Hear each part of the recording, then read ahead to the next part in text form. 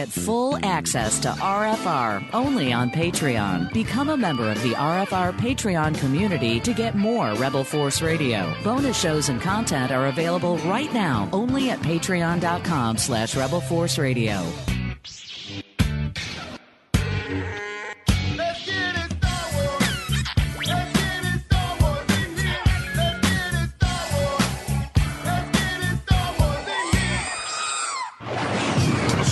Rebel force has penetrated the shield and landed on Endor. This is where the fun begins. A long time ago, in a galaxy far, far away. This is Rebel Force Radio. Your source for the Force. Star Wars news and commentary. With Jason Swank and Jimmy Mack. I've seen Star Wars 500 times. Star Wars #1. This station is now the ultimate power in the universe. I suggest we use it. Now it's time for Rebel Force Radio. We would be honored if you would join us.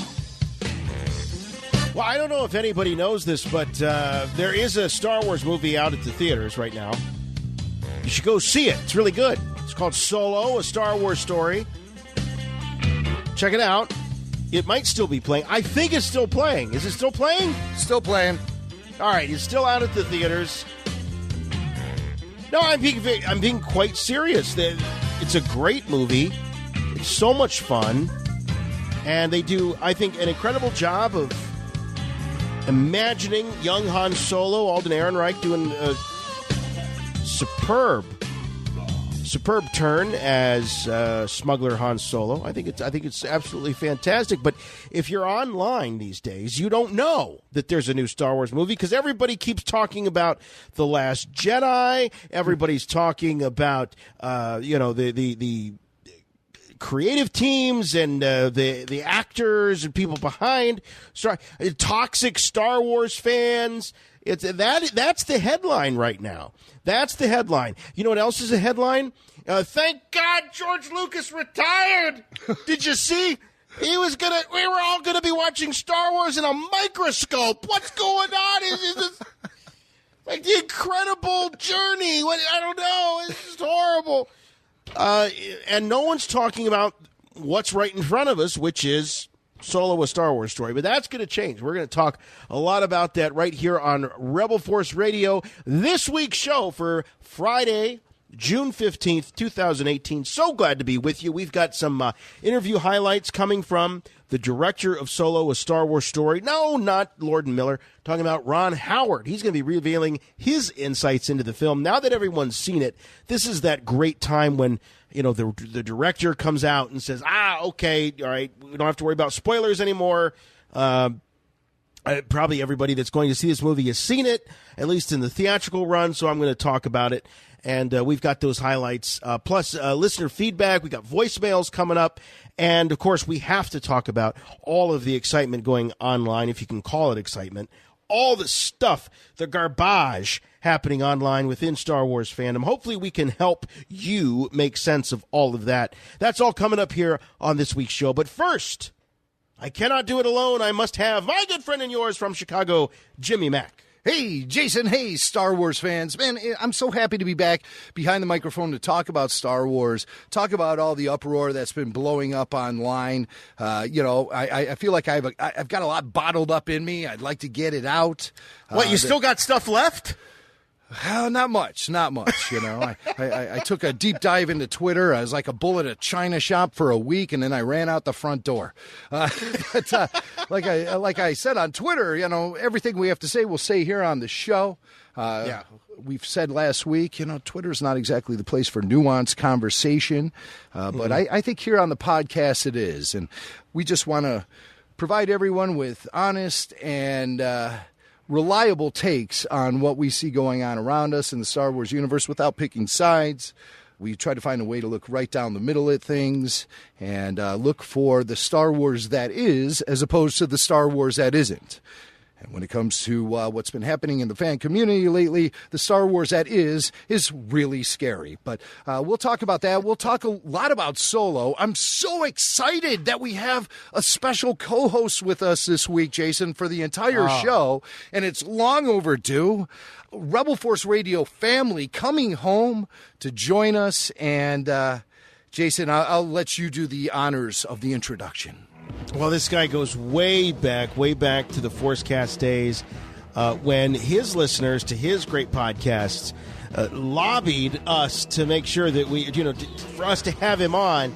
And we were real suspicious at first, and then, gosh, what were we waiting for? Because we found kindred spirits in, of course, the one, the only Steve Glosson, who is a podcast pioneer. Steve. And the least asked for guest ever. Well, the good news is the schedule was clear, right? That's right. So you've had the A team, now have the double D team. No, man, this is, we're talking about the king of the Gulliverse. Gulliverse. A lot of shows. The Gulliverse? What did you say? Did you hear that, Steve? The Gulliverse? I said Gulliverse. I said Gulliverse. You said well, look, I'm not going to come on your show and call you out. That's not what I do. Anyway, of course, the geekoutonline.com is the hub for all things Steve Glosson. But, Steve, it is wonderful to have you with us here on Rebel Force Radio. We go back long ways, Steve Glosson and Jimmy Mack and myself. So it really is nice to have you. Jimmy and I were reminiscing the other night about what happened when some listener, after months of just doing, and it was really a bit. Like, I never thought I'd land on you guys' radar. And I was just doing it as a bit for my listeners. I wasn't really punching at you guys. I was more like revering you guys and saying all these great things. And then someone said, why don't you just ask them to come on your show? And I was like, I never thought about that. I wonder if they'll be available. Yeah, we weren't so suspicious of you, Steve. We were more suspicious of the listeners there. Well, sure. Yes. Well, you know how people online can get. They get really passionate and aggressive sometimes. Oh, I've never noticed. I've never noticed. No. Is that why I'm supposed to eat excrement? I don't know. According to Twitter, that's now on my to-do list. Apparently, well, I'm just a moron. Jason, is everyone forgetting the words of Qui-Gon Jinn when he says, "Your focus determines your reality"? I'd like everyone to just take a second, breathe in those words, and realize the truth of that. And so, social media be damned, as far as I'm concerned, but. I'll tell you what, when Steve first came on our radar, I started listening to Geek Out Online. Geek Out Loud was his flagship show at the time.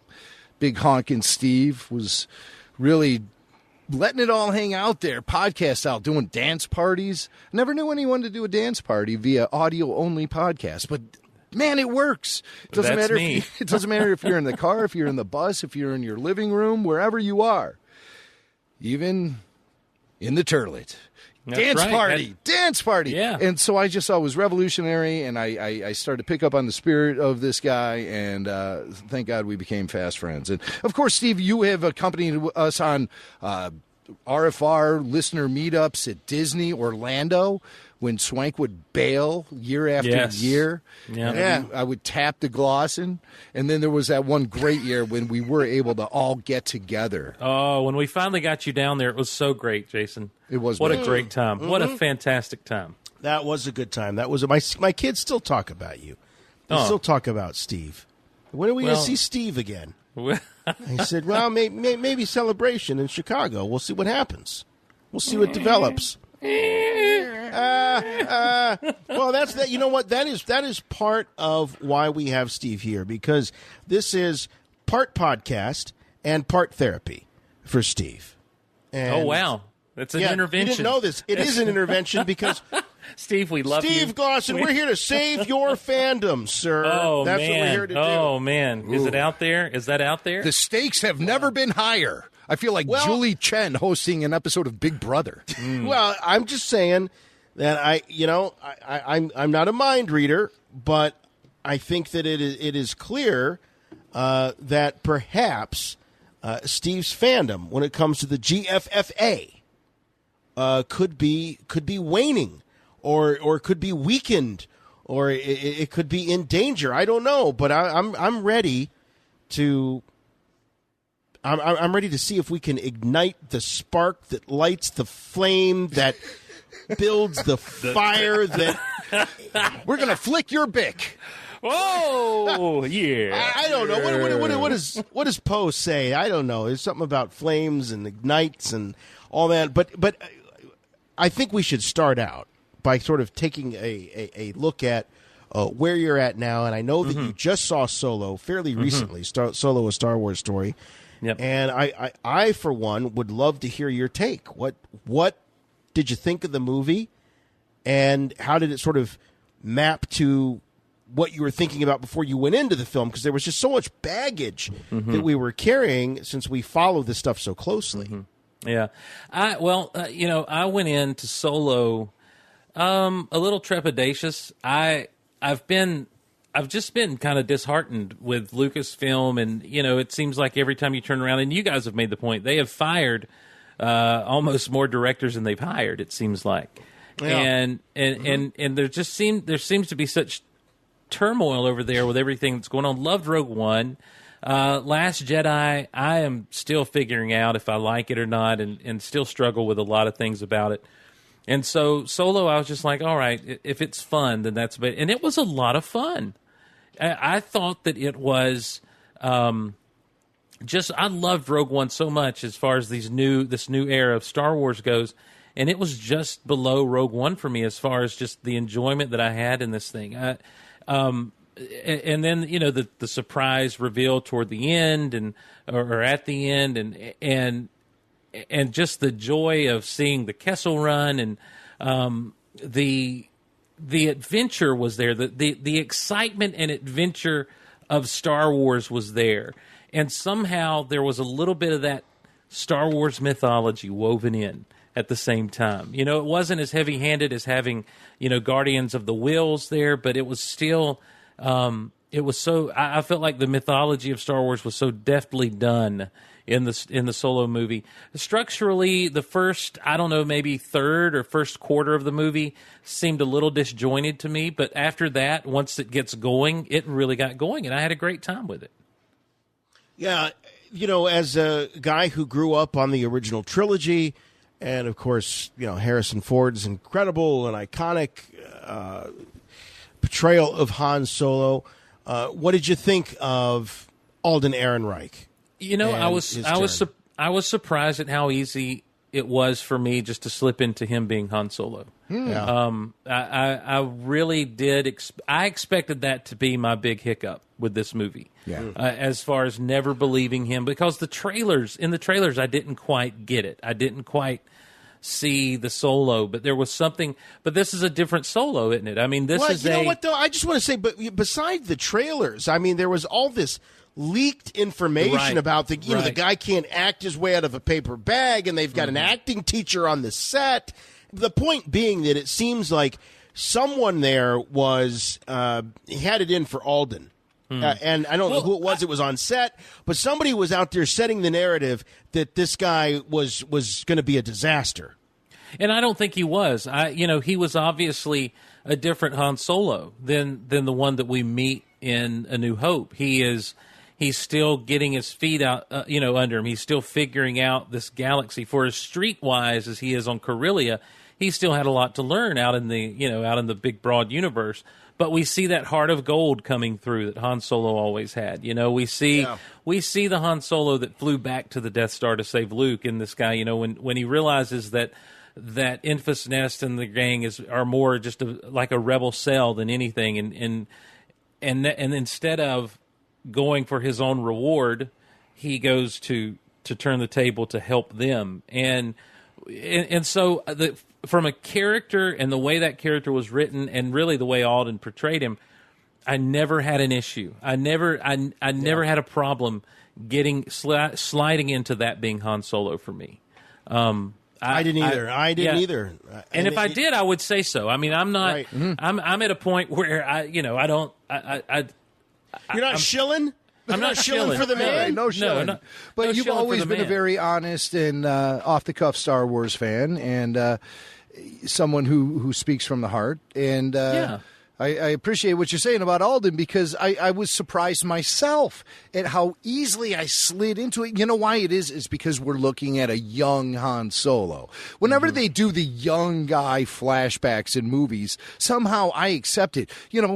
Sure, Robert De Niro, one of the all-time greatest actors. Of course, he's playing young Marlon Brando in the flashback sequences in Godfather 2. I never question it for a second, even though the two of them are vastly different personalities, vastly different actors, physically very different, especially when you consider older Brando in Godfather 1 compared to De Niro's take on younger Brando in Godfather 2. I'm able to accept it. It's the quality of the storytelling, really, that I think makes those things obsolete. And I think, but yes, of course, you have to have a certain gravitas. You have to have a certain way of capturing the essence of what the original actor brought to the role. And I think Alden had ample opportunity to do that. Everything from physicality, like the way he would stand, the way when he was in his gunslinger's pose, getting ready to draw. I thought that felt like iconic Han Solo to me. Yeah, when they're having the shootout on Kessel, I was like, well, look at there. Look at what he's. I mean, I really was. That was. There were so many moments in the movie that just kind of made me smile, and I think as much as people like to talk about the depth and all the things to pick apart in The Last Jedi, I do think there's something to be said for Star Wars when it also just makes you smile. And you just get caught up in the adventure of it all. And I really did with that. I also think that and I guess it's credit to Jonas for what he's done with Chewie. Those two characters coming together, their meeting, the way they met, I thought was great. The way that the relationship kind of grew and they bonded as the movie progressed, to the moment when Chewie sees, Shock of the Wookiee and goes to save him or her or whatever that Wookiee was. And Han completely throws the plan out the window and says, "Yeah, go ahead," because he gets it, he understands, and there's a bond that's formed between those two that just seems, it was natural. It feels right. It did. It did. Just felt right, and they played off of each other fantastically. So, yeah, it's a movie that surpassed my expectations, and I hate that I haven't been able to get back to the theater to see it again, because I've only seen it the one time and really enjoyed it, and I'd love to see it again. Yeah, you and me both. Last night was. Can I just say, because I'm lamenting the fact that last night was the final opportunity I would get to see Solo on IMAX at my favorite theater. I was able to take the family for the one IMAX experience after Solo in Ohio. I got back that Sunday. We all went to see Solo. Everyone loved it. The kids, my boys, loved picking out all the Easter eggs, especially all the little knickknacks in Drayden Voss's lair. There was a great moment when, and I leaned over to the lady friend when it happened. When L3, when the first time they all get in the Falcon, and L3's kind of booting up, and there was a sound effect that just caused me to tilt my head, like a dog when it hears something weird. and I leaned over to the lady, and I'm like, hey, that's the sound the Falcon makes. I bet she's going to become part of the Falcon. And sure enough, that happened. And my girlfriend looked at me and she's like, this is weird. I'm like, that's the only time I've ever been right about Star Wars. But I got derailed. I'm sorry. I didn't mean to. I do it all the time, and I don't even mean to. No, I like that story. You told me that story the other night, and I thought it was a great story, so I'm glad you were able to share it. So you've been to the IMAX once. Well, thank you. Steve, reeling me back in. That's great. You can throw me over the cliff, but like a bungee cord, you bring me right back up. That's fantastic. There were so many things I had to say. But the final IMAX was last night, and I planned on going. But this past week, I've been really, knocked to the ground by professional responsibilities with the day job. It's been very intense, and I've had no breathing time. And so that was my final opportunity. We're recording the show on Wednesday night, which is actually the last night. It's at the local IMAX at my favorite theater. And then tomorrow night, The Incredibles will be debuting on that screen, and all Solo screenings will be regulated to standard screening, which I will go one more time. Me and John Marcoux have plans to go sometime in the next week. And then I hope John will be joining us, Yogi John Marcoux, who's very famous for his mythological blueprint for Luke Skywalker in The Last Jedi. You can hear that show. It's we released that back in January on Rebel Force Radio. John will be joining us again for the mythological blueprint of Han Solo, as we see in Solo: A Star Wars Story. So John's really, he's pumped up. He was over at my house last week sitting on the porch with me and blowing my mind with some of the things he picked up from viewing number 1. So we're going to go again and see it standard screen. But I missed out on that final IMAX. IMAX is such a great way to see Star Wars films. I was surprised to note that Solo was not screening in 3D IMAX at my local multiplex. And this is a brand new state-of-the-art multiplex that just opened in the last year in Oak Brook, Illinois.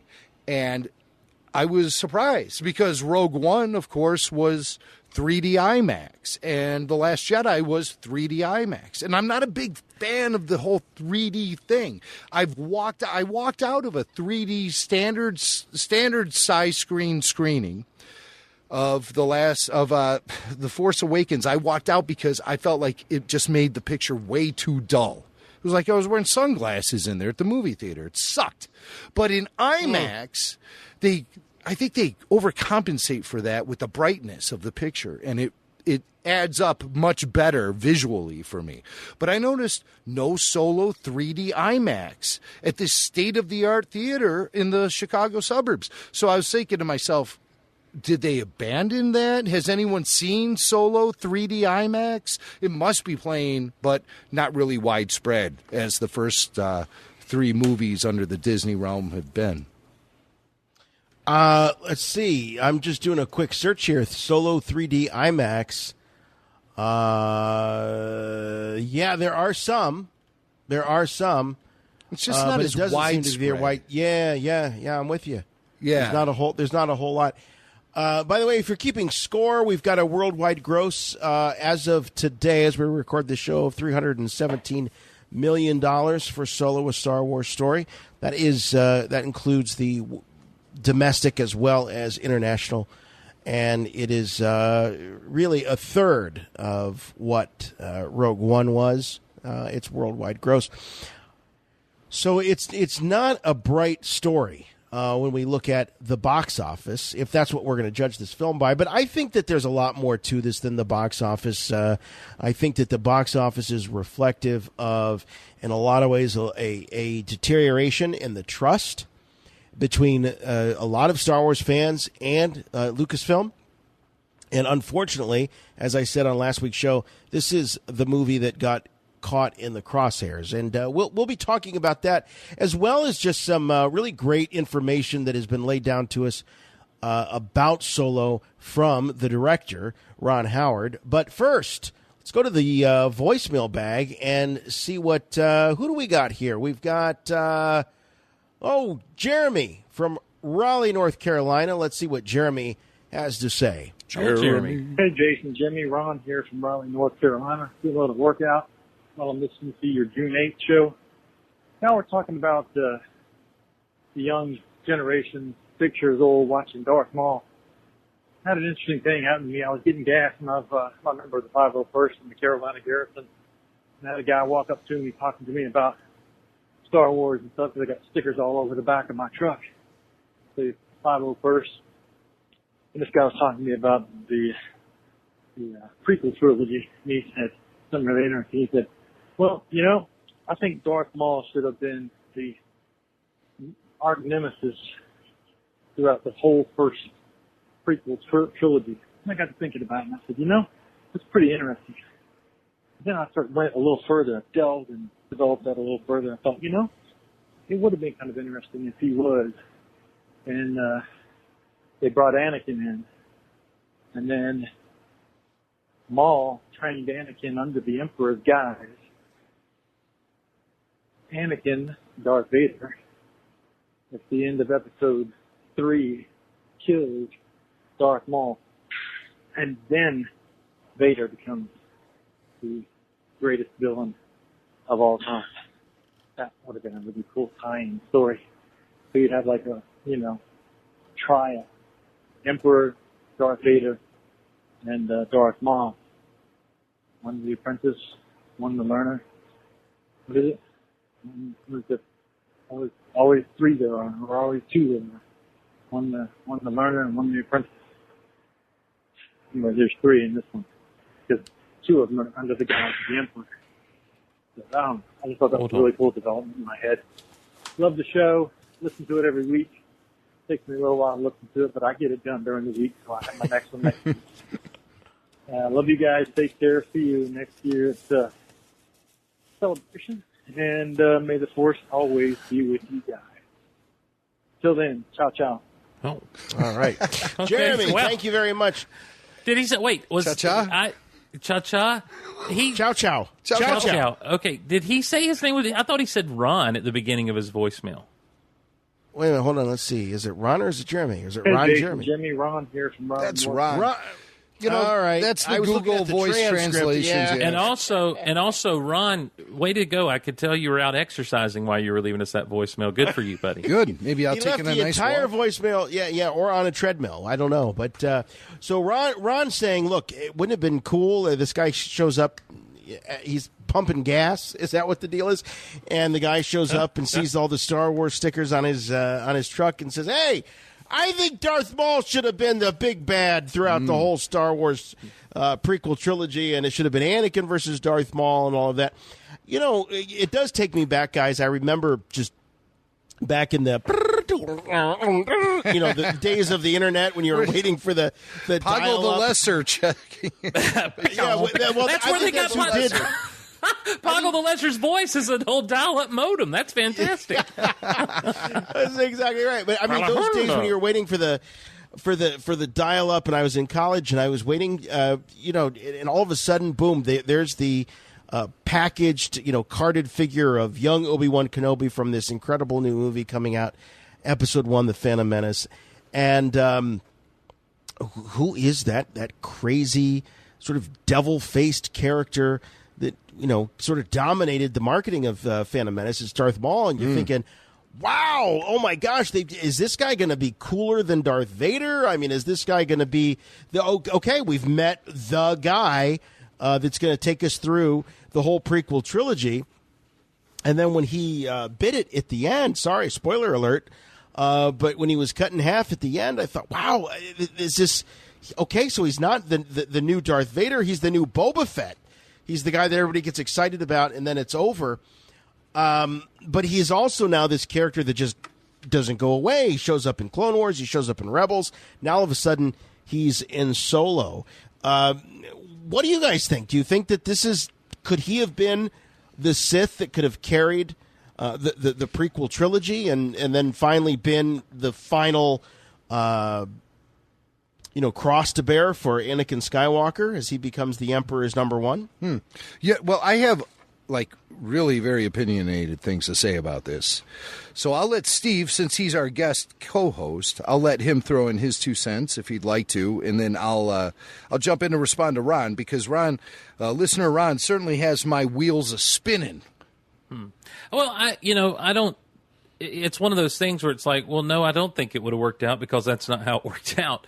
But at the same time, I do think that Darth Maul in The Phantom Menace, his character wasn't fleshed out enough to be a believable foil for the Jedi in the same way that Dooku ended up being. There was just something about Dooku, Darth Tyrannus, leading the Separatists. He had this air of old school nobility about him, right? Where you really bought into him as a political dissident and a political leader the way that he was, covering for the fact that he was a Sith. The minute Darth Maul walks into a room, you're like, oh, he's a bad guy. And right. And so, I mean, like that, there's no question. And so I think that, I don't know that with the look of Darth Maul, that that the story would have continued to go in a similar direction as far as the political stuff and everything, which some people might say, well, that's great. That's what we wanted. But I like what has happened to him in the aftermath of everything. I like finding him in a junk pile in the Clone Wars and getting into the Witches of Dathomir stuff. And later in what happened in Rebels with he and Ezra and his demise at the hands of Obi-Wan. It seemed perfect, and showing up, continuing there, in the underworld at the end of Solo, I think is just. I think is great. I love what they've done with him. I don't think he's ended up being a wasted character at all. Like Steve, I'm really happy that Darth Maul has had this second life. I mean, he's like a cat. He's had 9 lives, let's face it.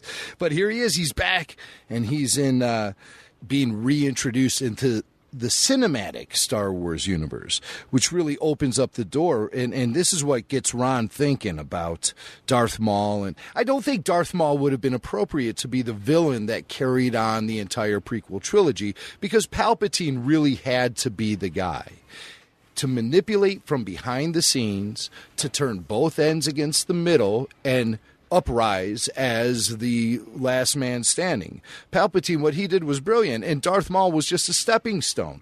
First, he tried to take out the Jedi with brute strength, pure dark side brute strength. Darth Maul was a tool. But he wasn't a leader. He wasn't a strategist. That's all come in the resurrection of Darth Maul. But during that period when George Lucas was developing the prequel trilogy, Darth Maul was a stepping stone for Palpatine to get from point A to point B. He then realized brute strength isn't the way to go. So for 10 years, he laid beneath the surface, cultivating a political uprising by manipulating a former Jedi who actually had some political power because he had political strength at his homeworld of Sereno, and that's Count Dooku. And so Dooku was able to cultivate political strength while cultivating dark side strength. So he becomes tool number 2 for Palpatine.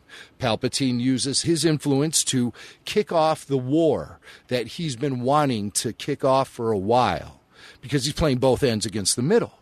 He's working both sides of the chessboard. And so by the time of Revenge of the Sith, he has now cultivated the third tool in his toolbox to make his final move, and that's Anakin Skywalker.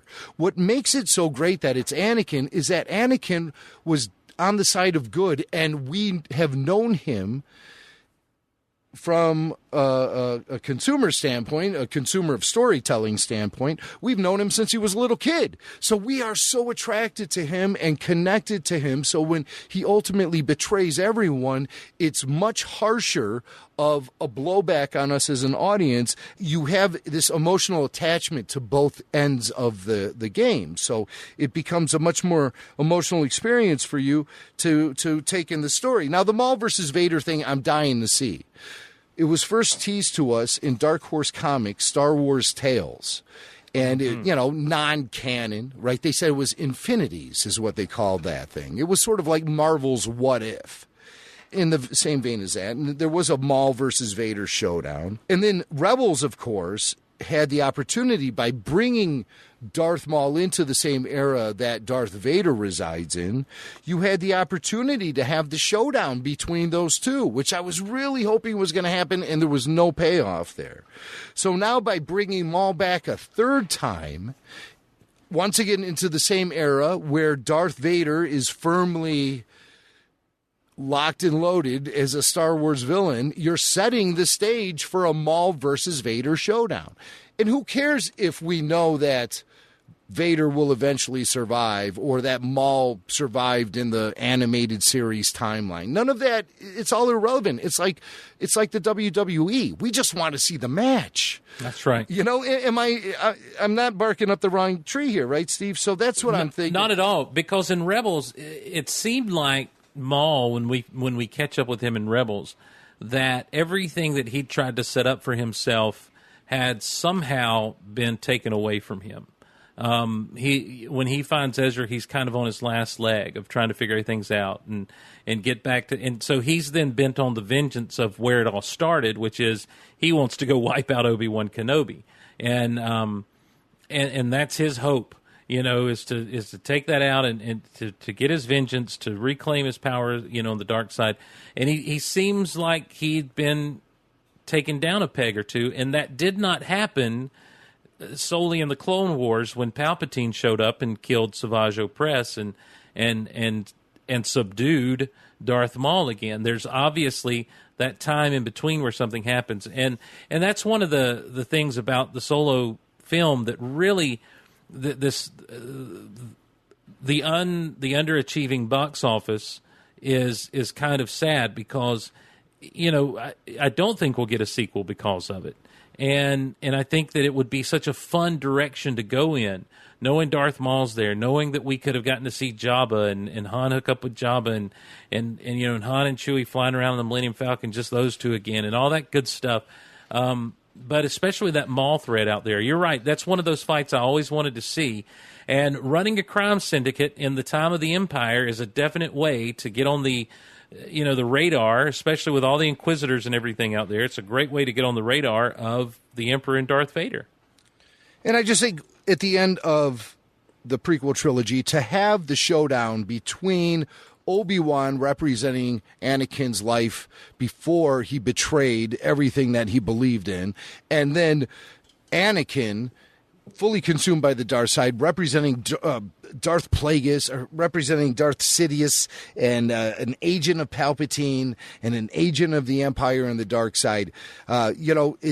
That's a more impactful showdown than a Maul versus Vader, or even Maul versus Anakin, because it's two bad guys fighting against each other. Mm-hmm.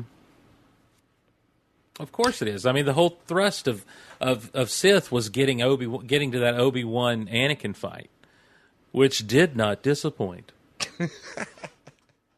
Yeah. Well, thank you very much, Ron. We appreciate it. From Raleigh, North Carolina. Thanks. That was certainly great fodder for discussion. Should Darth Maul have been the big bad in the final step to the dark side for Anakin Skywalker? Perhaps not. I think the galaxy sort of worked the way that it needed to work there. All right. So moving right along here, we've got just a quick update here. Rebel Force Radio is now available on YouTube. Yoo-hoo. What do you think? So, we're going to put the podcasts up on YouTube. And, Jim, you're going to get all the episodes each week. And this began with the June 8th, 2018 episode. So many people have been saying to me, hey, you always say at the end of the show you have the RFR is available anywhere you can get podcasts. And a lot of people have informed me that they're getting their Star Wars audio content off of YouTube these days. And so I figured, whatever, we'll take a deep dive into it. And I'm really happy we did, because there's been a lot of great feedback about it. And so we're happy to make Rebel Force Radio available wherever you want it. So if there's a platform out there you think RFR should be available on, please don't hesitate. Run to your email and send us a heads up at show@rebelforceradio.com. And we'll try to get it out there anywhere and everywhere we can, because we want Rebel Force Radio to be, what did I say? RFR to be, I had a funny little rhyme for it too. I'm going to have to go to the website. Oh, what? Here it is. Another great way to listen to RFR wherever you are. It kind of rhymes. Next, you're going to be writing dirty limericks. They keep refusing my job applications at Hallmark Cards. RFR wherever you are. Arr. Arr. We're very popular with pirates. Arr. There once was a Sarlacc in the sun, and Billy D said it looked like a pink one. Oh no! Is that what it? Oh. Is that right? We're going to have to put the explicit label on this show now. Thanks. I'm sorry. I'm not even FJ. I'm not even. Yeah, right. Yeah. When you say the F in FJ, you almost want to say the corresponding profanity that goes with that letter. FJ, FU. Okay, so anyway, you just go to YouTube, search for Rebel Force Radio. We've got our YouTube channel linked, of course, over at rebelforceradio.com. Subscribe. Not only do we have Yeah, please do subscribe, and you'll also get all of those great little pieces and parts to Sheldon Norton's Rebel Force Radio documentary, When the Galaxy Listens. Those are all available there on the official Rebel Force Radio YouTube channel. But before we go any further, do want to take a moment, a special time out, to wish a very, very happy birthday to one of the all-time greats in Star Wars, both behind the scenes and on screen, and that is Steve Sansweet, proprietor Steve of Rancho Obi-Wan. It is his birthday. As we record this show, it's his birthday tomorrow, and we just wish Steve the absolute happiest of birthdays and many, many, many more to come. And we appreciate what he does and all of the folks there at Rancho Obi-Wan so very much. So on behalf of all of us at Rebel Force Radio, we love you, Steve, and happy, happy birthday.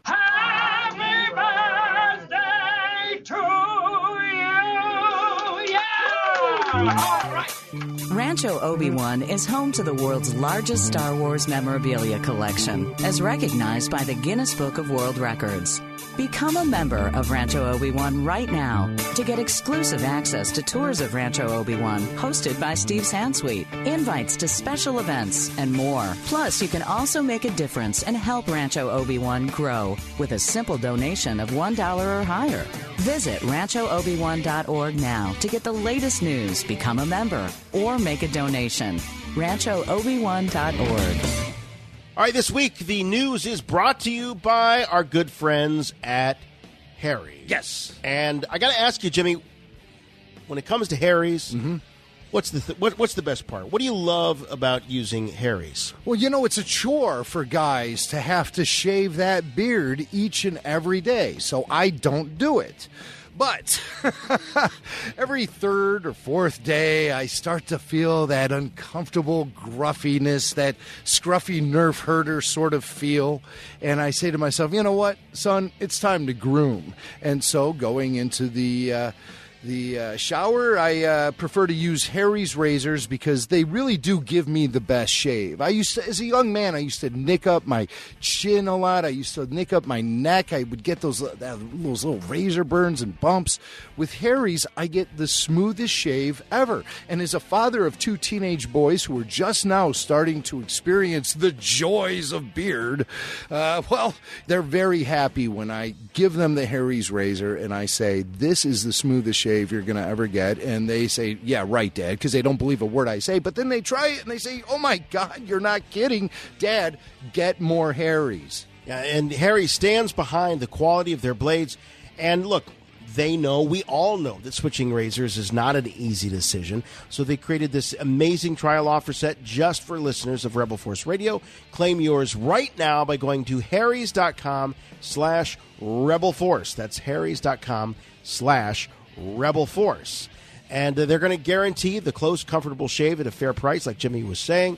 You know, the history of the company is you basically had guys that were fed up with overpaying for expensive razors with unnecessary features. 5 blades, 6 blades, 7 blades, 8 blades. They knew that a great shave comes down to great blades made with sharp, durable steel that lasts. That's why they bought the factory. They've been making some of the highest quality blades in the world for over 95 years. And they're going to sell to you directly over the internet. And that allows them to offer their blades at a price much, much lower than the leading brand, just $2 per blade. You compare that to $4 or more per blade that you're going to pay at retail. So we have a special for all RFR listeners, guys and girls. My wife Wendy loves Harry's. Redeem their free trial set right now, harrys.com/rebelforce. Make sure you go to harrys.com/rebelforce to redeem your offer and let them know we sent you, me and Jason, to help support RFR. I have good news for you, my lord. That's good news. Come closer, I have good news. That's good news. Oh, we've got news. We've got news. We've got news from Ron Howard. The director of Solo, A Star Wars Story, is speaking out. That's right. He was on the Empire Film Podcast. Solo Spoiler featuring Ron Howard. You can go to empireonline.com. I said Emperor. empireonline.com and get the podcast. They're awesome. Yep. And so we've got some clips here, Jim. You've pulled some from this interview with Ron Howard. This is the first, I think, significant interview he's done, at least in terms of the aftermath of Solo, as he's reflecting on the film and some of the plot points. Right, no doubt about it. Explaining some things. Our friends at EmpireOnline.com, they let us know right up front. This is the Solo spoiler interview with Ron Howard. So we have some edited highlights here for you. The first thing that Ron Howard talks about is what's up with Solo. I mean, we're kind of left with some loose ends here, and we don't know if it's going to be really continued on. Is Solo setting up something we can expect to see continued as far as storyline threads? Will this be continued in future Star Wars films? There's no concrete plan to do another Han Solo movie. And yet, it's been kind of a constant process of asking the questions, how might have this happened? How might have Han Solo been affected? What are the events that might have shaped his life? And it did, kind of in the last couple of months that we were working on it, sort of unfold in this way that I think it does continue to beg questions. And the fans are seem enthusiastic, and so maybe there's going to be interest in exploring those. So what he's specifically talking about is the sort of, quote, Star Wars Underworld universe that's being established in Solo. That could be something that continues on through future feature films, where you have the Crimson Dawn is a major player. And then we also heard in the film there are five families, essentially, just like Godfather. You have the 5 criminal factions of the Star Wars universe. You have to imagine the Hutt cartel is one of them. But it could open up a whole thing that it shows off all of these criminal factions of the Star Wars universe vying for control in certain sectors of the galaxy. And so that way you remove everything from the whole Rebels versus Empire storyline. Little flexibility there, but if you bring in a criminal underworld, and this is something George Lucas was experimenting and exploring with Rick McCallum when he was first diving into the idea of a Star Wars live-action show. It would have been called Star Wars Underworld. That was the working title that Rick McCallum revealed publicly while they were pre-producing that ill-fated TV series that never got off the ground, that George famously said, what was that? He said it was... It's on the shelf. That's it, on the shelf. Yeah, don't forget about Star Wars 1313, which is a video game that was also being developed alongside some of the concepts that were being developed for the Underworld TV series. And we were getting teasers. And squishies. What was that? And squishies. And squishies. And squishies, well, the squishies. Star Wars squishies. That animated series, we're never really sure what that was, but yeah, George said it was squishies, based on the toys, the squishies. But the Star Wars 1313, the Underworld, we were getting little teases of that in the Clone Wars animated series. In the final 2 seasons of that series, there were clues being dropped about the Underworld of Coruscant, the criminal element of the Star Wars galaxy. And so here's something that could be explored in a series of films. And I'm a fan who definitely is on board with something like that. That sounds cool. You have the Crimson Dawn. You have the Hutt Cartel. You could have the Death Watch as part of it. The Black Sun, of course, from the old expanded universe days. We've obviously seen that there's no fear from tapping into the expanded universe era to bring in elements of that into the live action movies. I'm sure the next animated series, the first live-action TV series, we think a couple of them are on the way. They'll probably have lots of expanded universe elements involved in them. So I think that's something that Ron is saying when he's talking on the Empire podcast, that that's something that fans would be into. And, I could see that carrying the films for a stretch, because it removes the whole galactic conflict and really kind of centralizes things. Well, sure. I mean, what it does is it provides what's happening on the other side. So you've got, of course, the rebellion and the Empire happening on over here, and then just flip the camera around, and you've got the Empire perhaps dealing with the massive crime and everything else that's going unchecked in the galaxy as a result of these various criminal factions, and then also some of the partnerships that are going on and some of the alliances that are happening.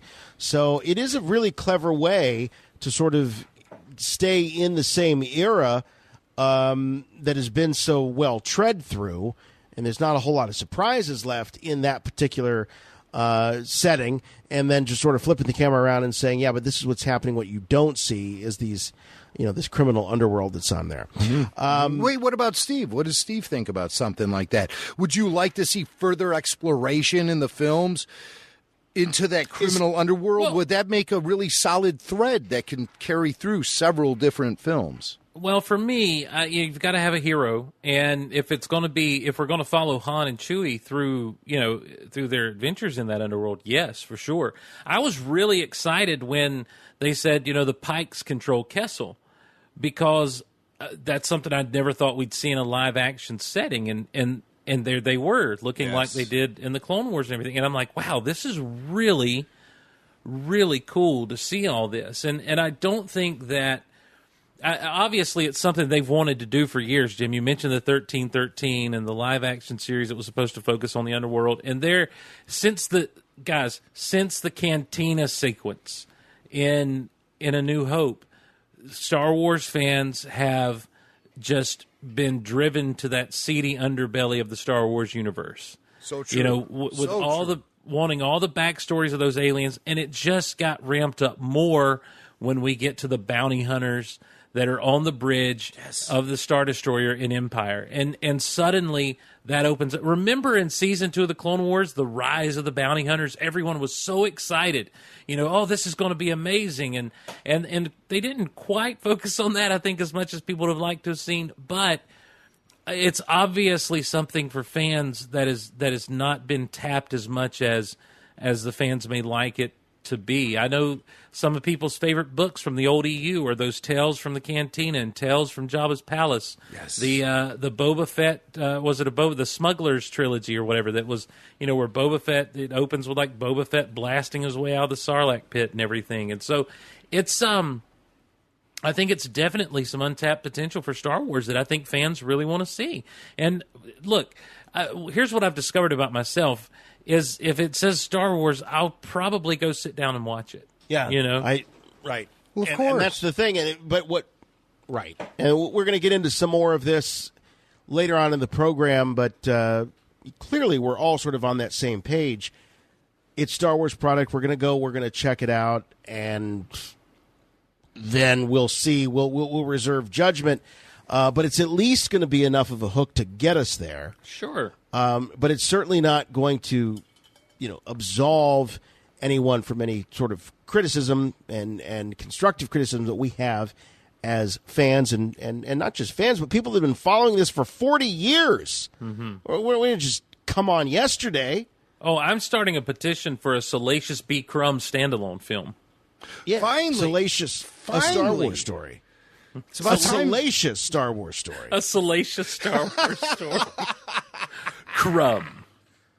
All right, so we I love that he's got that middle. What do you think that middle initial is? Is it just vanity, like Michael J. Fox? It doesn't stand for anything? Or does it really stand for something, that salacious B. Crumb? Bastard. He's a salacious bastard. All right, back to Ron Howard. Yeah. All right, so Ron Howard on the Empire Online podcast was talking a little bit about the potential of a Lando standalone film. Remember, we heard some rumors about a Lando standalone film. What up with that? Donald is so charismatic as Lando. Yeah. He's so entertaining. That's a real possibility. But again, they're here's the thing to say about Lucasfilm, Kathy Kennedy and company is.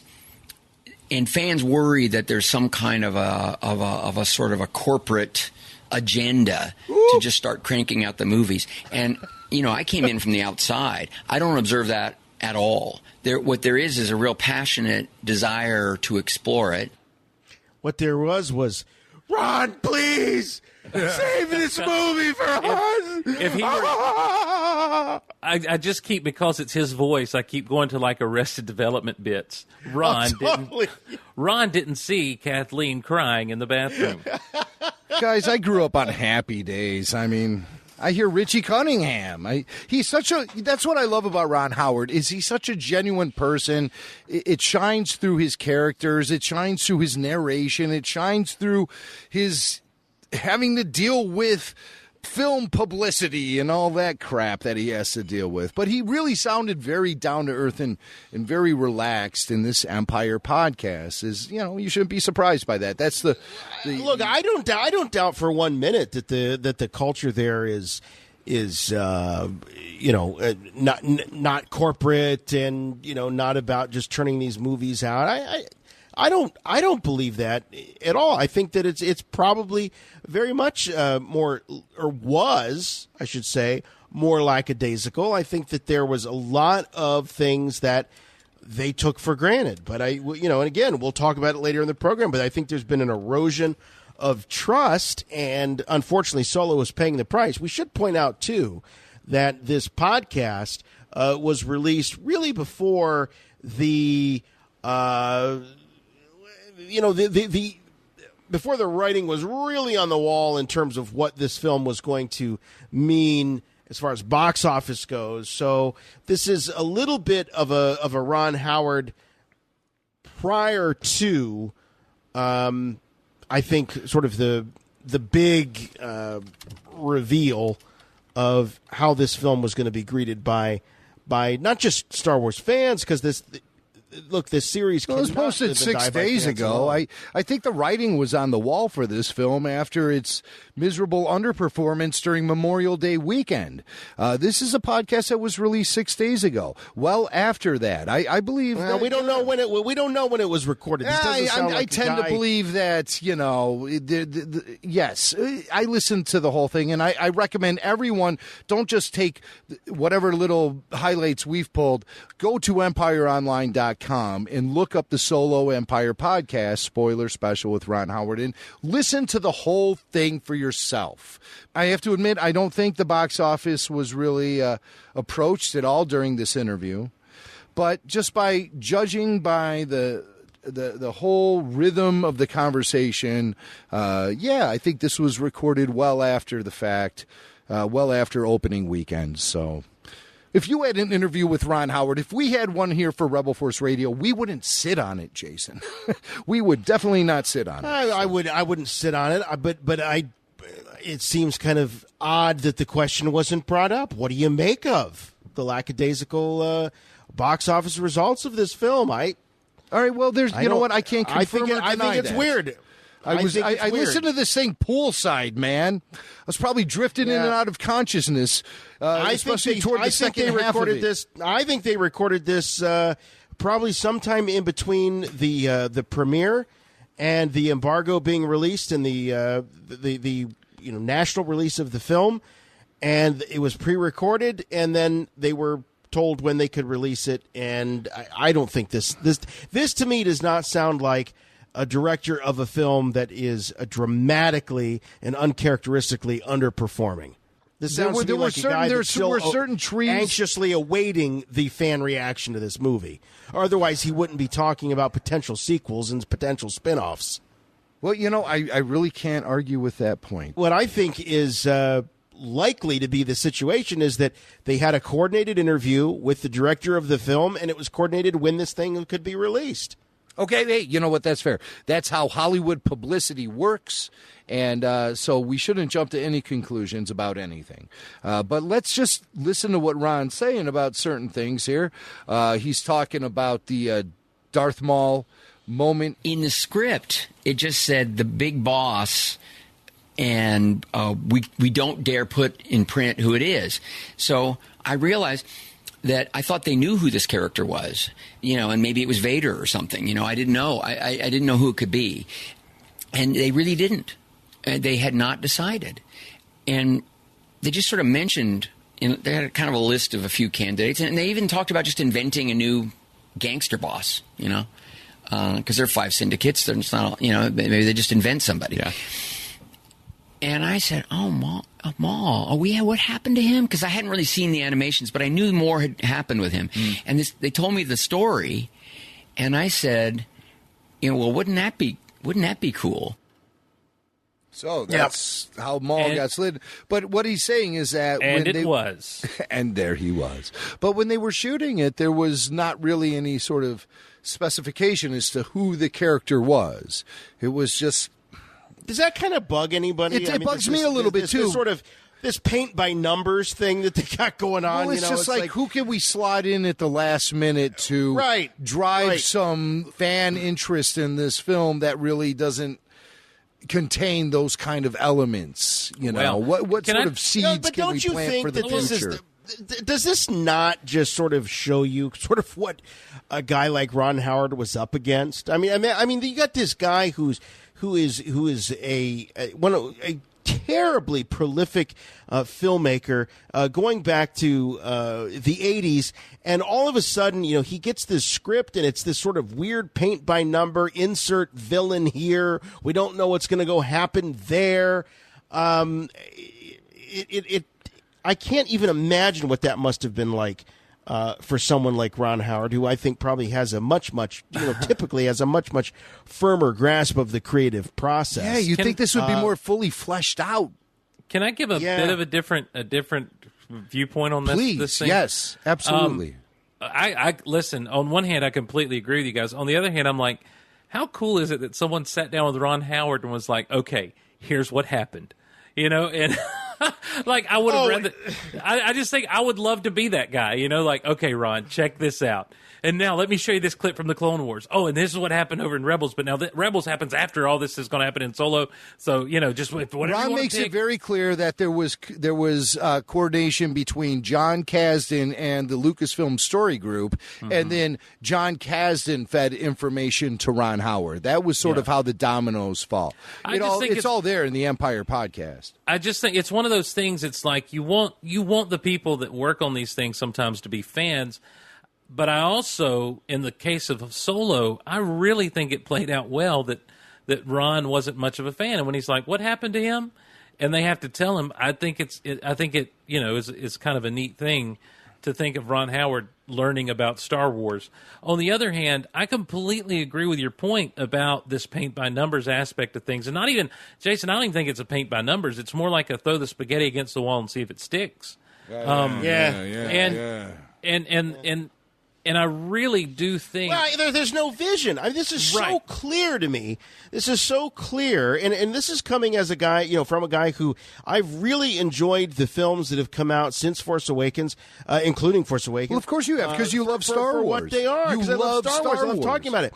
But when I hear about what's going on behind the scenes, I can't help but see it for the mess that it is. Well, and it's a terrible mess. And all you have to be honest. All you have to do is compare it to what's happening with another Disney property over at Marvel. Marvel they had a clear vision, a clear plan, and you want to talk about dealing with difficulties. Kevin Feige has had to play chess with the different characters that may or may not be licensed to be able to be under the Marvel Studios banner. And he managed to take back in 2008, they managed to take basically at the time a B-list Marvel character. It's hard to think about that today, but Iron Man was not an A-list Marvel character. Absolutely. He was not a household name. Yes. And they took that character and built this entire cinematic universe on the shoulders of that movie with a constant vision. And even the only problems we've really heard come out of Marvel as far as like disgruntled or unhappy were, one, Joss Whedon had major burnout after Age of Ultron, and he had some run-ins with the Marvel Studios when he wanted to do some things with Age of Ultron or didn't want to do some things, and they insisted that he do to kind of be connective tissue for the rest of the movies. And then Edgar Wright having to leave Ant-Man. But at the end of the day, none of those people have said super negative things about each other either. They've done a really good job of, here is our clear vision. You can come in and get on board with our vision and have a great time, like the Russos have, like all these other people have, or hey, it's been nice to talk to you, and we wish you all the best. I mean, imagine this. Imagine this. Okay, so you're Ron Howard. You're reading this script, and it's all leading towards the reveal of the guy that's pulling the strings behind Dryden Voss, and it's like the big boss. You talking about the big boss man from Cobb County, Georgia, Jason? That's right, baby. The big boss man. WWF. Yeah. Old school. Old school.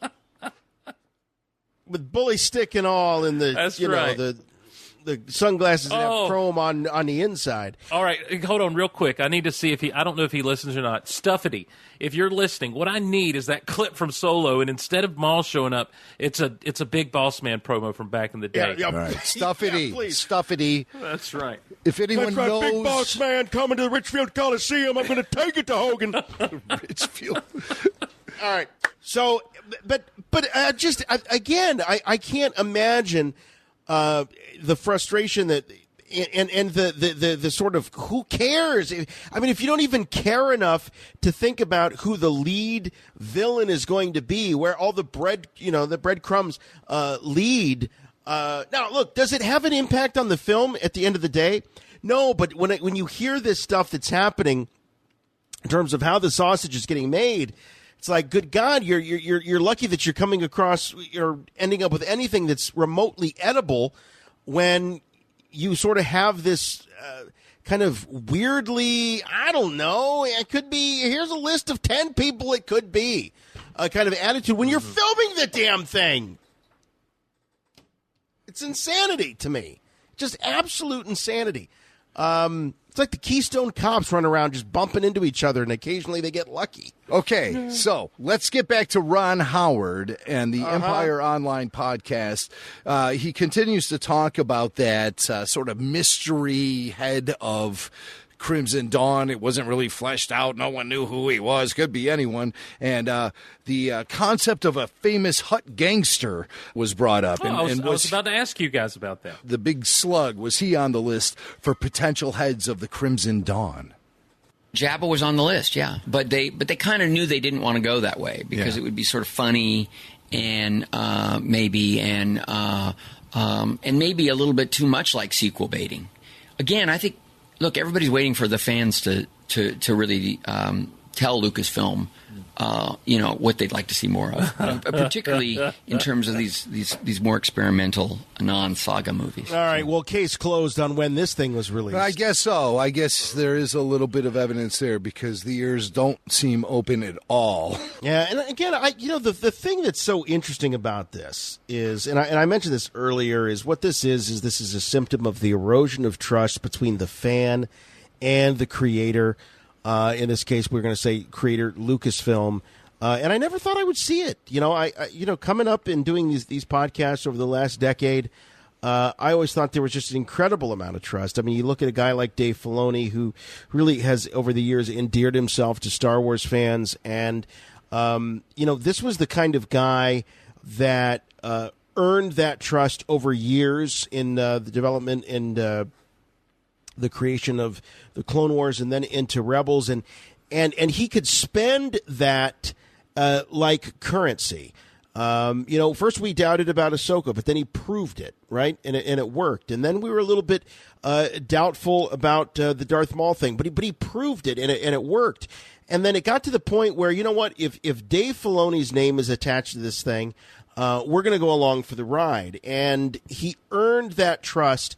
But that trust has eroded over time. It started with The Force Awakens. It continued with The Last Jedi and really kind of plunged there. And, frankly, Solo, unfortunately, is reaping some of that. And again, I'm a guy who likes The Last Jedi and who have actively sat and tried to deliberately not like it, but I do like it.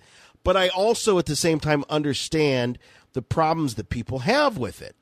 And again, unfortunately, Solo is the one that's just kind of caught in the crosshairs of all of this. And then you couple with what we'll be talking about in just a few moments about what's going on online and sort of this showdown between fans and I don't even know what to call it. Fans versus Star Wars? What is it? It's very, very bizarre.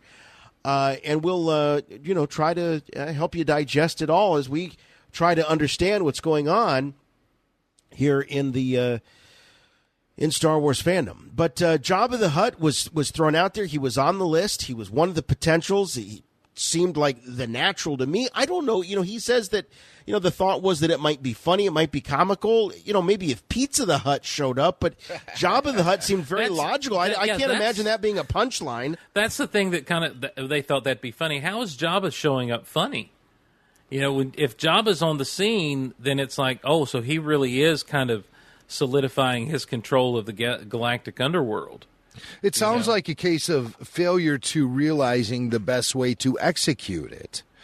When Jabba first appeared on the silver screens back in 1983, theater audiences gasped. They couldn't believe it. Whoa! I mean, it was a whole...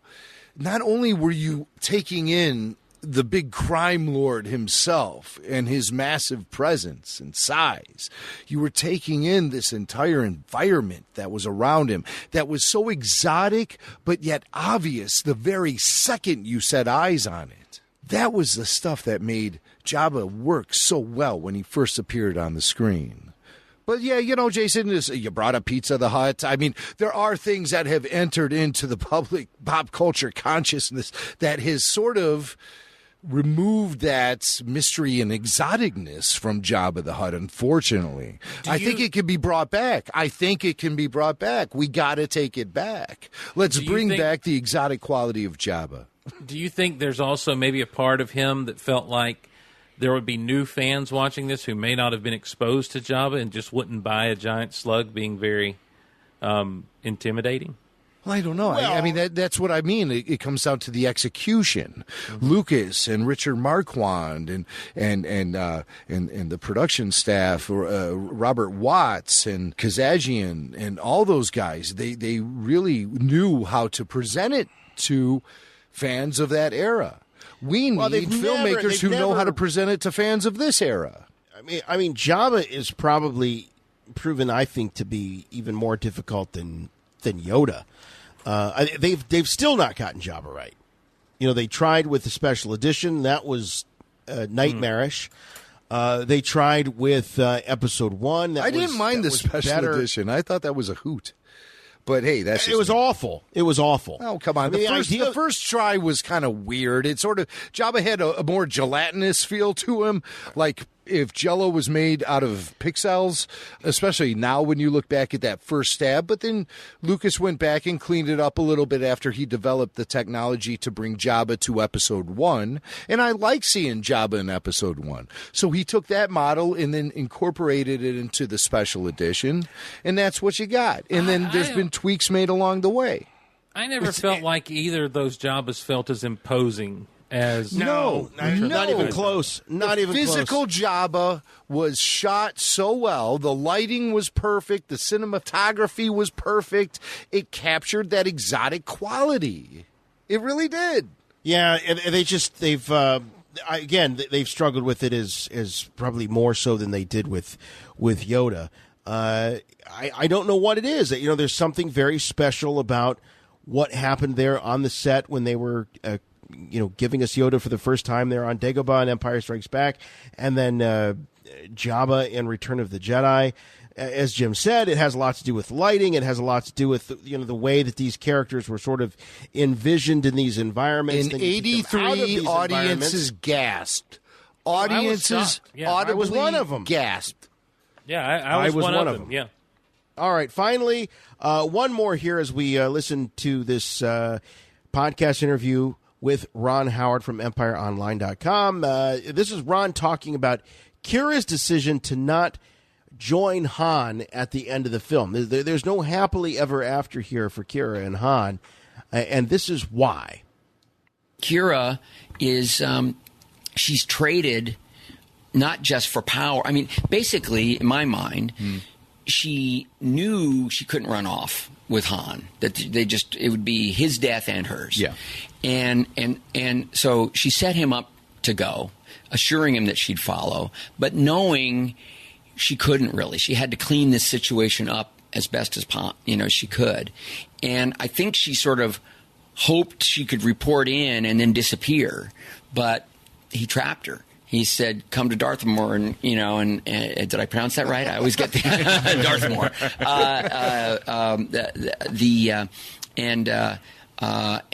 We're going to be working closely together. And you realize, oh my God, she's traded one oppressive, boss in for an even scarier dude. And so I thought it was, in a way, it fuels her ambition and puts her in a position of heightened power, perhaps, or heightened danger. Well, everybody's done that. Everybody's quit their job because they can't stand their boss, and then the next boss is even worse. Right. So be careful what you wish for there. But that's what happened with Kira, and I like the idea. I really loved the whole relationship between Kira and Han. I thought it was really well done. I thought that the two actors had great chemistry together, and that's key. I haven't heard anyone bring that up. Really, is the incredible chemistry between Emilia Clarke and Alden Ehrenreich. I really thought it was palpable. No, that's the Emperor's name. Palpable. Emperor. Yeah, Palpable. Emperor Palpable. She's palpable. She is. She's fantastic, and again, the chemistry was there. They were great. They were believable as a couple. They were believable when they reunited and they had all this history together, and you just believed it. Mm-hmm. And I like to think that she was trying to save Han. She wanted him out there. She said to him, "I know who you are. You're the good guy. Go off and be free to put good in the universe."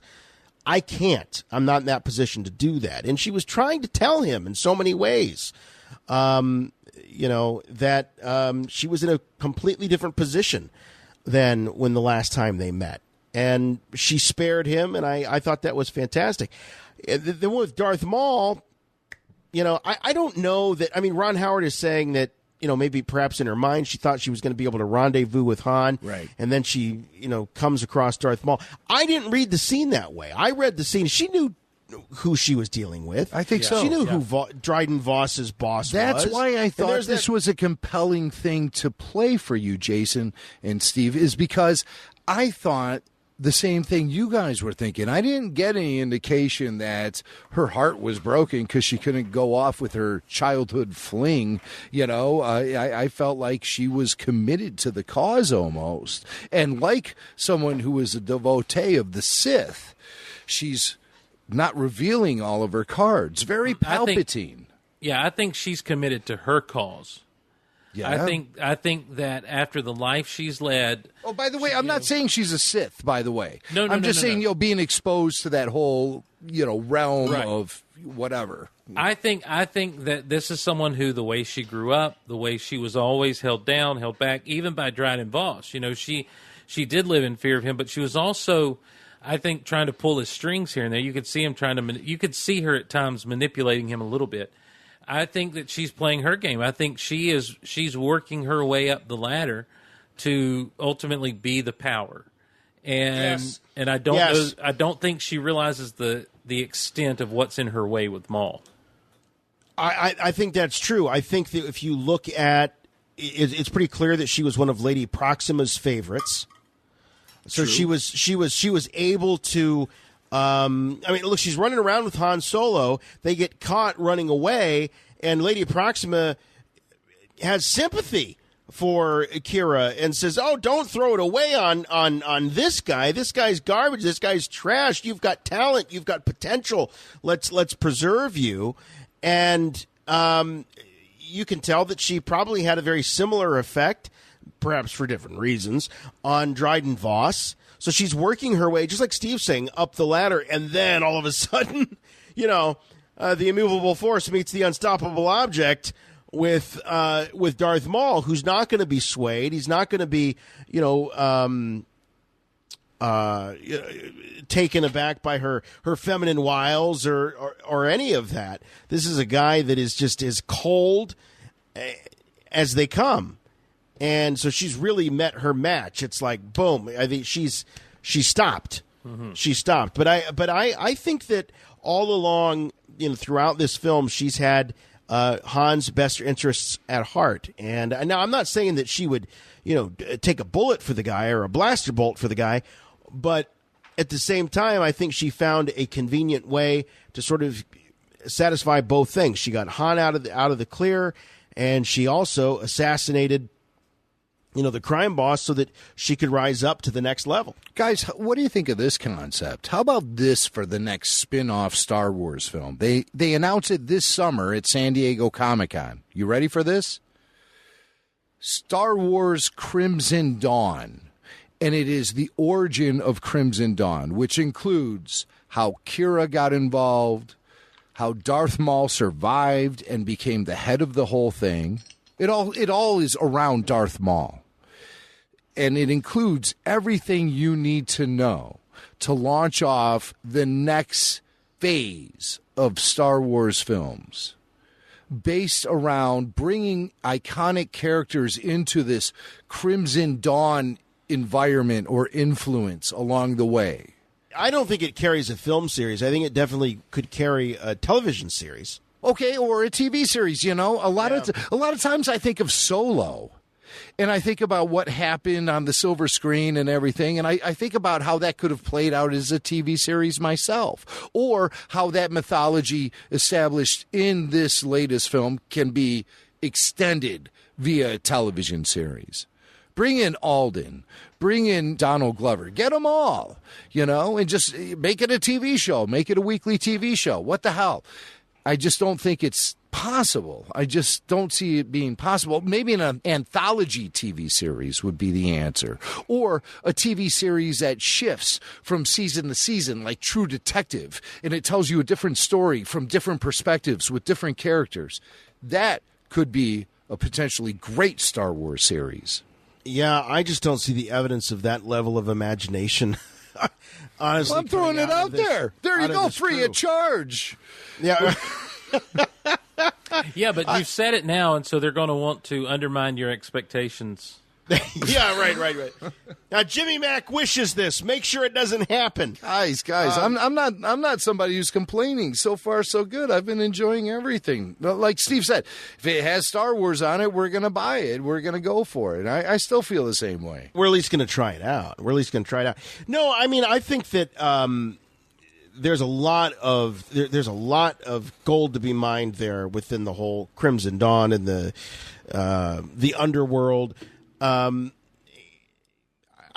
I don't necessarily want to. I don't know. I don't see it carrying a film series.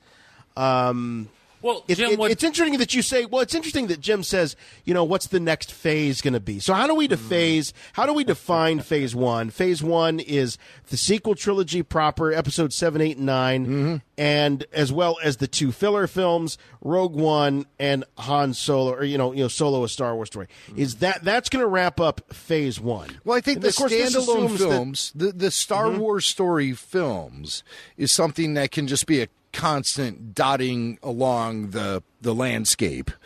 I'm not saying even bring them all together like Marvel does. I'm not even suggesting anything like that. I think if you have a Crimson Dawn storyline that utilizes the criminal underground of the Star Wars universe as the motivating element to fight against, as opposed to the giant galactic conflict with Vader and Palpatine and all those big shots, I think it would be greatly utilized in a film series or a TV series. And then dot along the way, just drop in those Star Wars stories wherever you want to. Give us Kenobi, give us Boba Fett, give us Vader. Do you want to give us Yoda? I'm listening. Well, what you laid out for like the origin of the Crimson Dawn and how Darth Maul, that sounds like something more that would be done in a book. That sounds like something that Del Rey would pick up. Yeah, those books are. Oh no, not the books. I'm just telling you, that's what it sounds like to me. Or there'll be a comic. I don't want to talk about the books and the comics and stuff. Well, I'm just telling you. I love the comic books lately. I have. I really have. I've been encouraging Jason. Jason, read these books. Say, here, check them out all online. We have them all. We have them all. I buy them for Rebel Force Radio. Yeah. Jason doesn't read them. Don't read them. I'm reading them. Jason don't read them. I just keep forgetting. I know they're there. I'll go back to them. I think Steve's right. I think that they would see that as great fodder for a book series, or I can hear it right now. Star Wars: Crimson Dawn. It sounds like a novel. It doesn't sound like a film to me. But while we're talking about films, while we're talking about the future of Star Wars, have you guys seen all this news that's being made about George Lucas's his original outlines for episodes 7, 8, and 9? They're showing up. People are flipping out. The headlines: George Lucas's Star Wars sequels would have probably killed the franchise. This according to Fatherly. Oh, no. I've even heard. That's what they're saying. I've even heard there's another headline out there. George Lucas's original sequel trilogy would have been completely insane. Why? I mean, these are the kinds of words. That are being used now. So there's a new book out called James Cameron's Story of Science Fiction, and that is it's a companion to that the TV show. Have you seen that? Yeah. Have you seen it, Steve? Have you seen it? I've not seen it, no. I've seen a few episodes of it. There was one about aliens. It was kind of cool. George was in it briefly. Yeah. George revealed that he said, "You want to know where I get my inspiration for the aliens in Star Wars? Go visit your local public aquarium, and you will see exactly where I get my ideas from." It's a trap. Really, aquatic life, which is, in terms of diversity and the look, you can't find, really a collection of creatures more diverse in appearance than, aquatic life. It's really incredible. And the deeper you go, the crazier it gets. Yeah, ain't that the truth? So anyway, there's this book that's going to be coming out, and in the book, George Lucas is quoted about some of the things that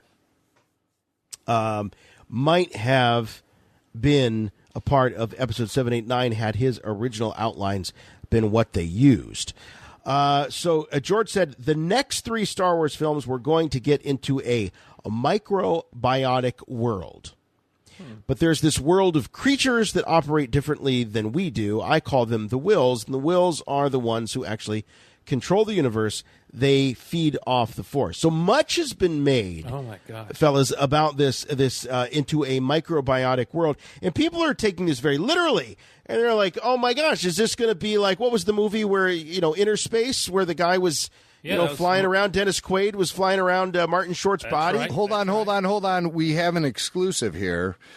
George Lucas just released this statement to Rebel Force Radio. His intended title for Star Wars Episode 7 was supposed to be Star Wars Episode 7, Honey, I Shrunk the Jedi.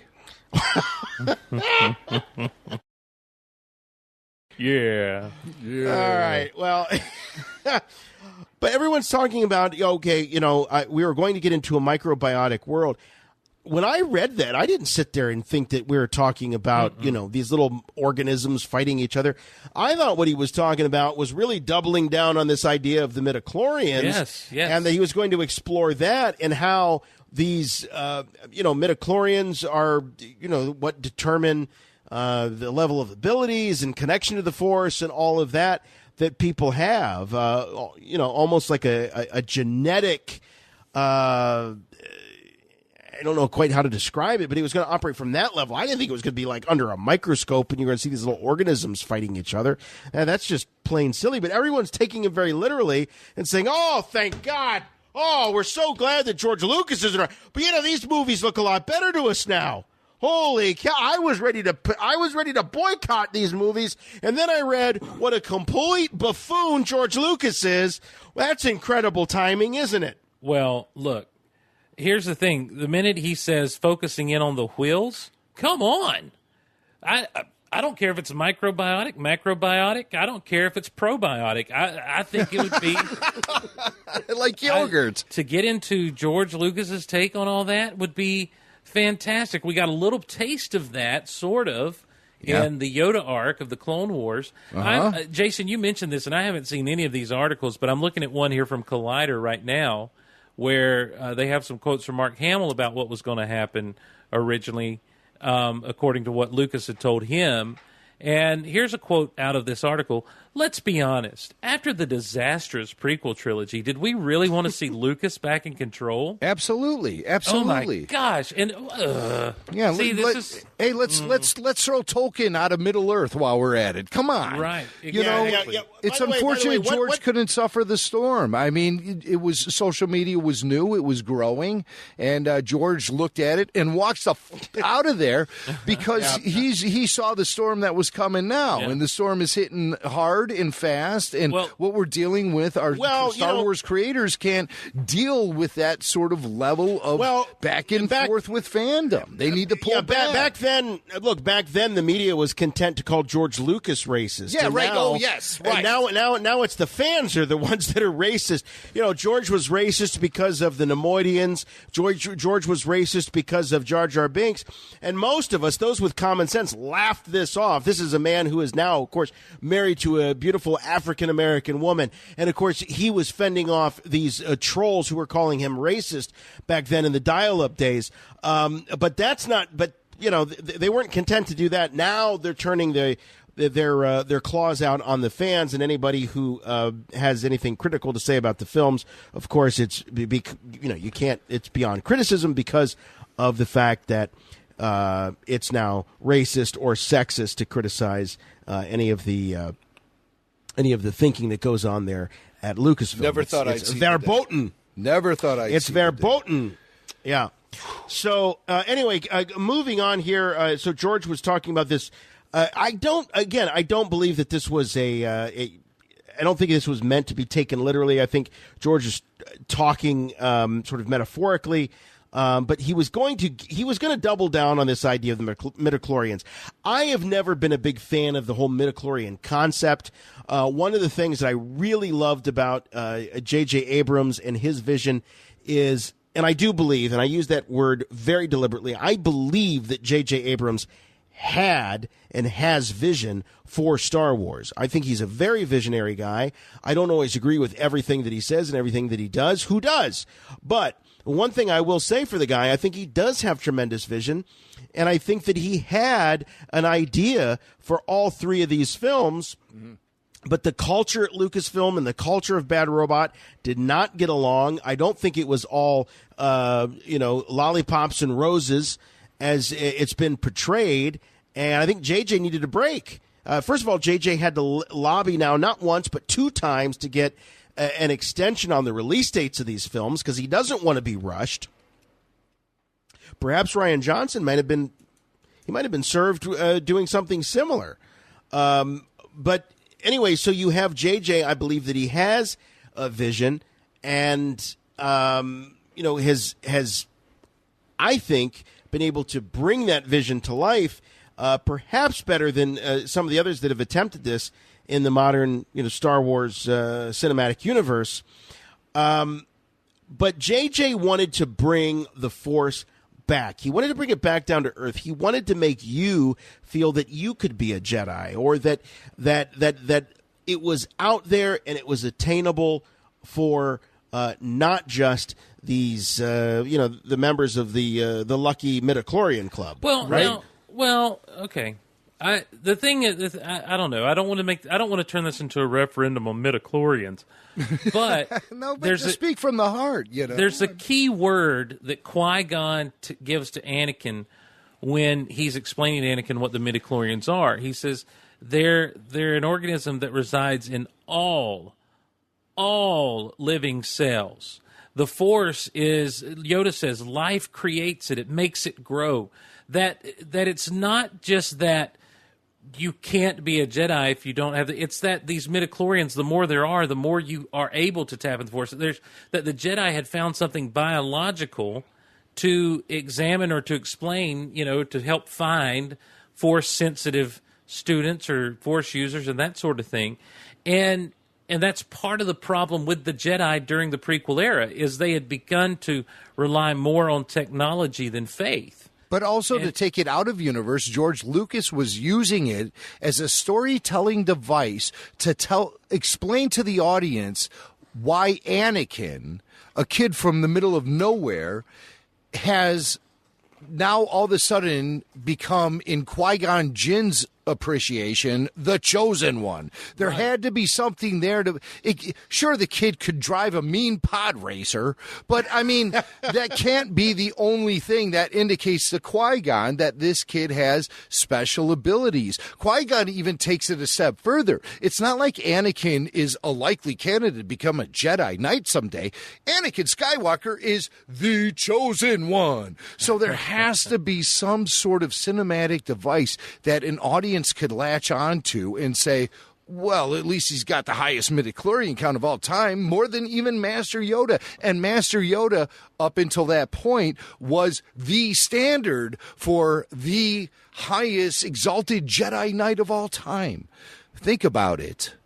Wasn't Yoda really the top standard of Jedi Knight as we rolled into the fourth Star Wars major motion picture in 1999, The Phantom Menace? Of course he was. He was the standard. And so when Obi-Wan says, this kid, this 9-year-old, has more of this Force stuff in him than Yoda, all it does is just help us cut to the chase so we realize why Qui-Gon Jinn considers Anakin Skywalker to be the chosen one. We need something to latch onto. It has to be more than Mace Windu sitting in that room with an iPad and Anakin guessing what's on it. A ship, a cup, a ball, a cup, a ship. A speeder. Speeder. I see a speeder right in front of me. Yeah. And he just nods at Yoda. We need something a little bit more. And so when he's got more than 20,000, and he says more than Master Yoda, we know we're dealing with a really legitimate claim to the chosen one prophecy. And it cuts us to the chase. You know, these guys could sit there and talk about it for 10 minutes, but maybe that would float for some people. But back in the late 90s, that's how films were they kind of, rolled out that way. And but a lot was left open to interpretation too. Sure. And with that, though, there also comes this idea in the aforementioned Collider article I was just quoting. He talks about The Last Jedi and how it challenged our thoughts and what we think about Star Wars. And a lot of people have lauded the fact that The Last Jedi has challenged the way we see the Force and challenged the way we see Star Wars. Yes. Well, so the hell did the prequels. Absolutely they did. And George Lucas called that out. The first interview I saw George Lucas really talk in depth about the prequels was in 1996. And it was in a magazine. God, I can dig it up out of the old Rebel Force Radio archives. But he was talking about how the prequels, they were going to change our perception of the original 3 films. And as an original trilogy fan, I looked at that and I said, oh, my God, that's impossible. That's impossible. But as I open myself up and let the mythology flow through me, it actually does change the way you look at that original trilogy if you try to piece it all together. And I think that's a good thing. I think it's okay to look at it from different angles and introduce new elements of the mythology that make you look back at older elements of the mythology because it keeps it all alive. It keeps it all vibrant. Those are the midichlorians at work. And so that's my thing is like these people who have said, oh, thank God Lucas didn't have anything to do with it. No, don't thank God of that.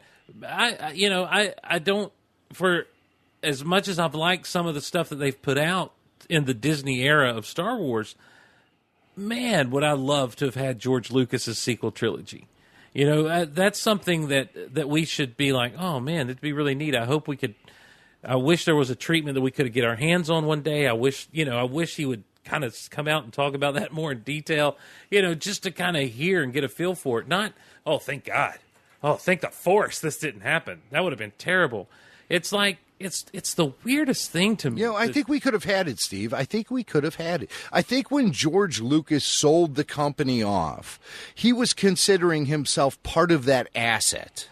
Mm-hmm. That he was not only selling Lucasfilm to Disney and the Star Wars brand, but he was selling George Lucas to them too. I think he was really attaching himself to the property when he sold it initially. And, I guess it's a case of having your cake and eating it too when the paycheck was $4.5 billion.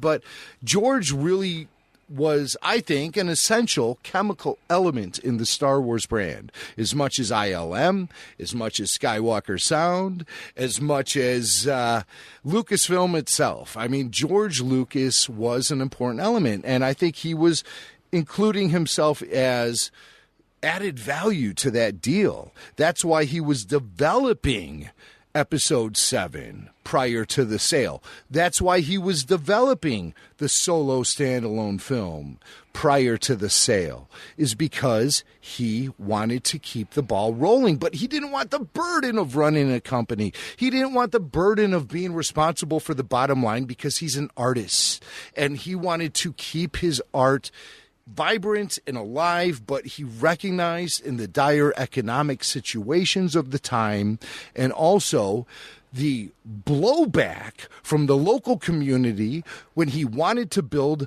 a studio at Grady Ranch in Marin County, adjacent to or down the road from Skywalker Ranch, part of that area. George had Grady Ranch. He since sold it off for low income housing. He still owns Skywalker Ranch, where a lot of Lucasfilm activity happens. And he also owns Big Rock Ranch, where the George Lucas Education Foundation resides, and it is now the commercial home for Skywalker Vineyards.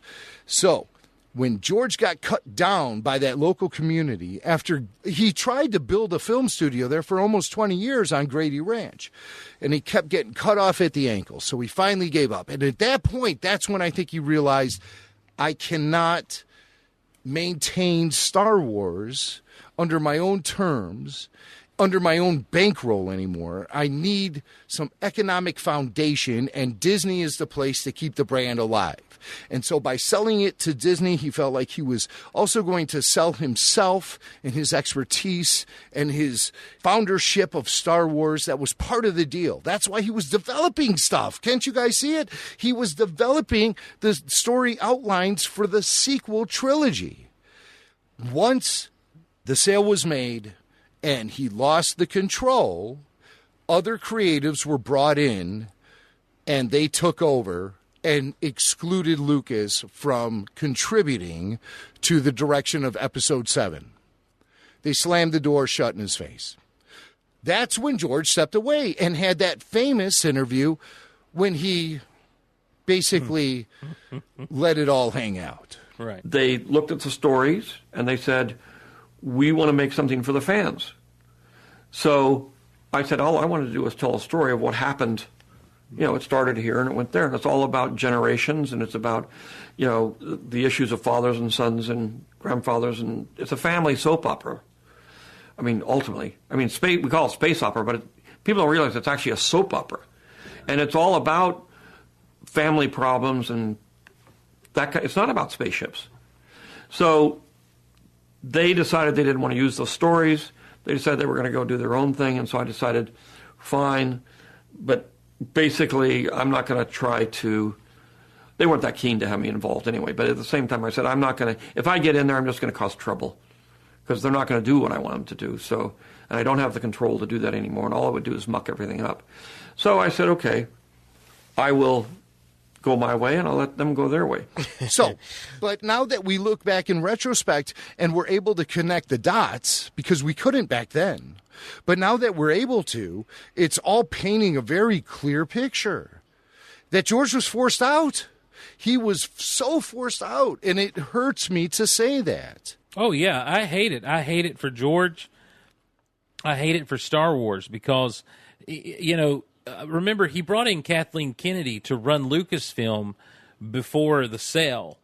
And I really think that his plan was to have her come in and take over Star Wars, but with him not selling Lucasfilm, with him still, I guess, President Emeritus or whatever you would call it, that he would have that say-so, that he would have that voice within his company.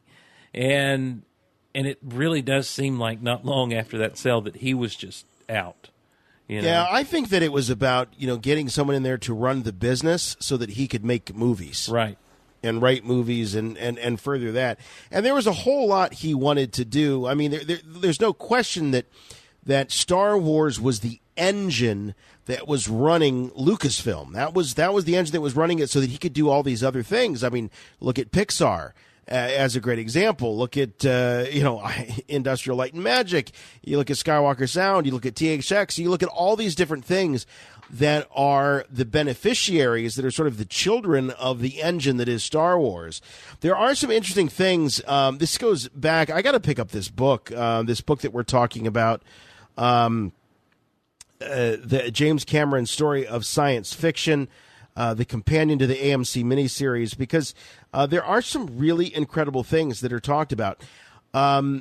Here, what leads to that statement that George had about the microbiotic world of episodes 7, 8, and 9 was questions about our own universe, our own solar system. George says, I keep telling people, look, we're not going to save the planet. Are you kidding? We don't have any power to save anything, which is strange because some people believe we have the power to destroy the planet. So we don't have the power to save it. I don't know how we have the power to destroy it. But the planet's going to be okay. It'll look like Mars, but it's going to be fine. Who knows? Mars may have been like Earth and lost its atmosphere. I still think they're going to find life on Mars. I'm absolutely convinced of it. There's going to be life all over the solar system. Everybody hated it in Phantom Menace. Just everybody hated it in Phantom Menace. This is what George is saying. When we started to talk about midichlorians, there's a whole aspect to that movie that is about symbiotic relationships to make you look and see that we aren't the boss, that there's an ecosystem here. It's interesting, though, that he mentions that that's kind of an underlying theme of the Phantom Menace, the idea of a symbiotic relationship, because they also, Obi-Wan tells Boss Nass, you and the Naboo form a symbiotic circle. You must see that. And then later, when Qui-Gon is giving Anakin the midichlorian speech, he said there's symbionts living, organisms living with an organism for a mutual benefit. And then as you look, he's smacking us with a hammer 2 times right in the face. Yeah, I mean, you know what? Very obvious. I need to go back and watch that movie though and see what else is in there with that theme in mind, because that is intriguing that he would say this is one of the themes I wanted people to see. And then as you get into the balance of the Force concept and the aspect of things working together for a mutual benefit, you really can start to expand upon that concept throughout the rest of the whole saga, at least those 6 movies. And guys, I've got to go watch Star Wars. Let's go watch some Star Wars. As someone who's a loyal devotee of the secret history of Star Wars, the book itself and the audiobook, which I recommend everyone check out at audible.com/RFR. And you can get it right now for your free audiobook download if you're a first-time subscriber. But it's a really great book, and it really shows you the history of George Lucas's evolving perceptions about Star Wars. And sometimes the way his perceptions evolved was very different from the way it finally ended up on screen and locked into the mythology itself. So it's gone through so much evolution along the way that it's really hard to even keep track of all the different directions that George Lucas himself has stated that the film's going to go into, because he's contradicted himself so many times. So that's really, I couldn't recommend... Well, or has he evolved? I think that's of course, and that's artwork. Artwork evolves, and George, of course, has certainly evolved right in front of our face, time and time again, via the special editions and all of the digital editions he's added to the films over the years with their various releases. Most notably, that Blu-ray release in 2011. It was mind-blowing that he had continued to add and he would still have been doing it up till now. But unfortunately, the property has been removed from his control, so he can't do that stuff anymore. So James Cameron replies to his comment about the microbiotic world, and I call them the wills, and the wills are the ones that actually control the Force. He says, you are creating a religion, George. George says, back in the day, I used to say ultimately what this means is we're just cars, vehicles for the Wills to travel around in. We're vessels for them. And the conduit is the midichlorians. The midichlorians are the ones that communicate with the Wills. The Wills, in general sense, they are the Force. Cameron says, but you're putting detail and a facade of science around an idea that's pretty timeless. Wow, calling him out. So many people wanted to do that to Lucas back in 1999. And here's Cameron actually doing it. But finish that statement, Jason. What does he say? You're putting the facade of science around what? He says, you're putting detail and a facade of science around an idea that's pretty timeless, which is the spirit, the soul, heaven, causation. But in your world building, you're going back to archetype, which is spirit, the Godhead, all that sort of thing. George says, all the way back to with the Force and the Jedi and everything. The whole concept of how things happen was laid out completely from the beginning to the end, but I never got to finish. I never got to tell people about it. Oh, for $4.5 billion, he sold out. If are we really going to listen to a George Lucas lamenting the fact he couldn't continue with Star Wars? Well, you know what? This just illustrates my point. When George sold the brand to Disney, he intended to include himself, his guidance of the brand, as an added value. But that's what we were promised. We were promised That's what we were promised. I remember the YouTube videos of Kathy Kennedy sitting there. With Lynn Hale, Kathy Iger. Kennedy, Lynn Hale, and George sitting around a table at Skywalker Ranch talking about the direction of the future. I mean, it was a multi-part series on StarWars.com. It was supposed to settle us as fans to let us know it was going into the right direction. We were assured that the legacy and George and everything was going to be included in the future of Star Wars. I just said that I would back her up, and I would be there if and especially help him with the script and making sure the script sort of, there's a lot of blank spots in the story treatment that hopefully we can fill in. And I think the incredible thing about George is, this is not like a series of books like Harry Potter where you've already got a template of what the stories might be.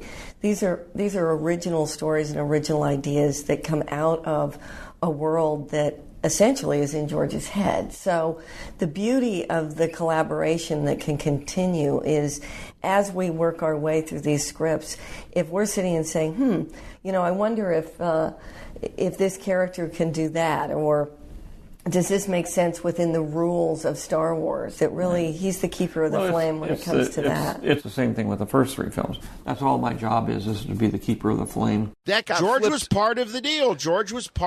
Bob Iger talking about it. He was going to be on as a consultant. He was going to stay on. He was going to remain.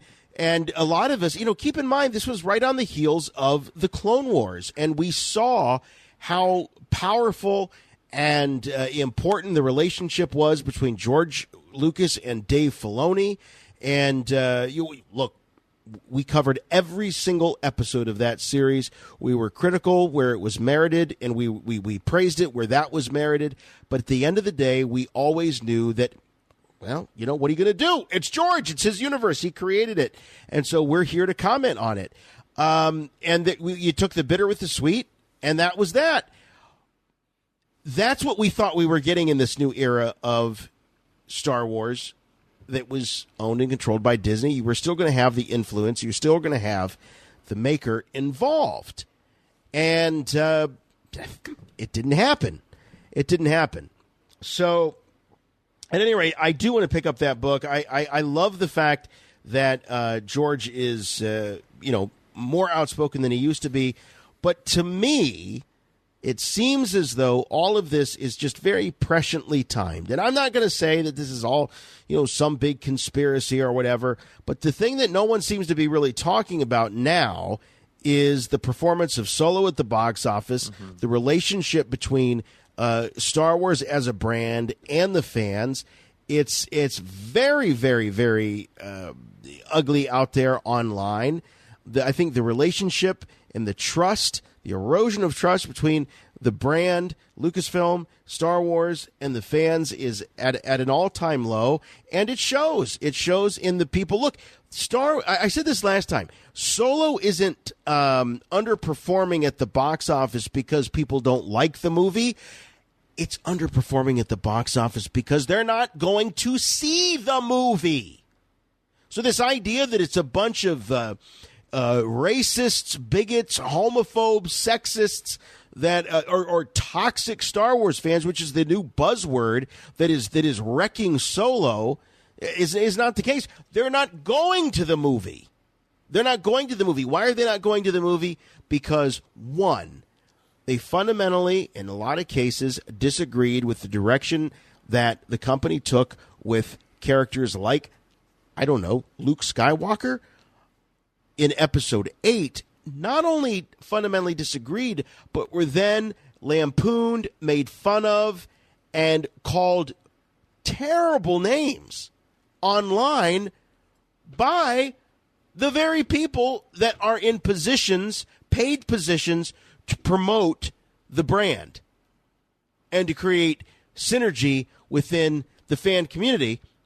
They're the ones that are going out there and saying that these people are wrong-headed, and not just wrong-headed, not just challenging their opinions and their interpretations of what's going on in the films, but getting very, very personal, calling them names, things that are very, very serious. The name-calling that's going on right now has serious consequences for people and their lives, and in some cases their careers. How dare you? How dare you bring that level of judgment into a sci-fi fantasy series that we're here to have a good time talking about? How dare you try to inoculate yourself from criticism by dragging in all of these modern-day political issues that you know are controversial, that you know that there is a very, very deep divide in our modern culture about some of these issues, and then you hide behind them like little cowards so that you can in some way shield yourself from criticism. So if somebody dare say that they don't believe that this character was fleshed out, that this character is inconsistent or incongruent with the Star Wars universe, you're going to turn around and say that they are morally deficient because they don't see your vision. How dare you? Good God. Yeah, but the sad thing is it appears that the company that is providing this entertainment for us is encouraging this sort of behavior, and they're letting their creators run wild and incite these exact people you're talking about, Jason. And also, by doing so, they incite the other people on the other side, too.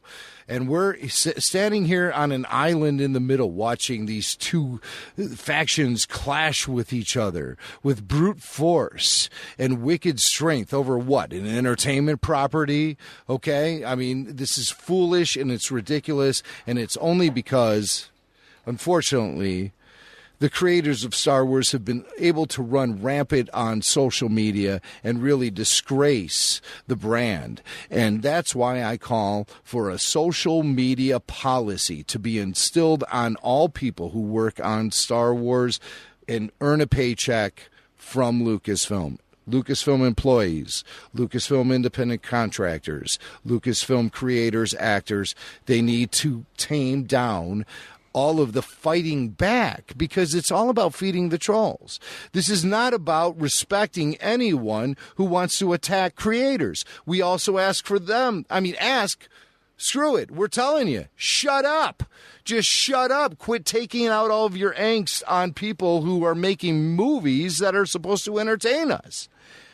But it's just this wicked vortex we're finding ourselves in, and it's like a dog chasing its tail. And the problem is the minute that someone comes along and wants to have a discussion about their issues with the direction of a character, the direction of a story, the look or feel of a film that maybe, that is Star Wars, that doesn't seem like Star Wars, wanting to have an honest conversation, then suddenly they get ostracized and treated like, like dirt. And they begin to be, if you have an issue with this character and the way this character was portrayed, or as Jason said, not fleshed out, if you don't like the Canto Bight sequence in The Last Jedi, then that makes you a racist or a misogynist.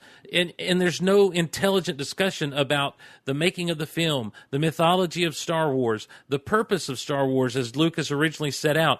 And now people are rewriting history, and they're trying to rewrite what it was all about.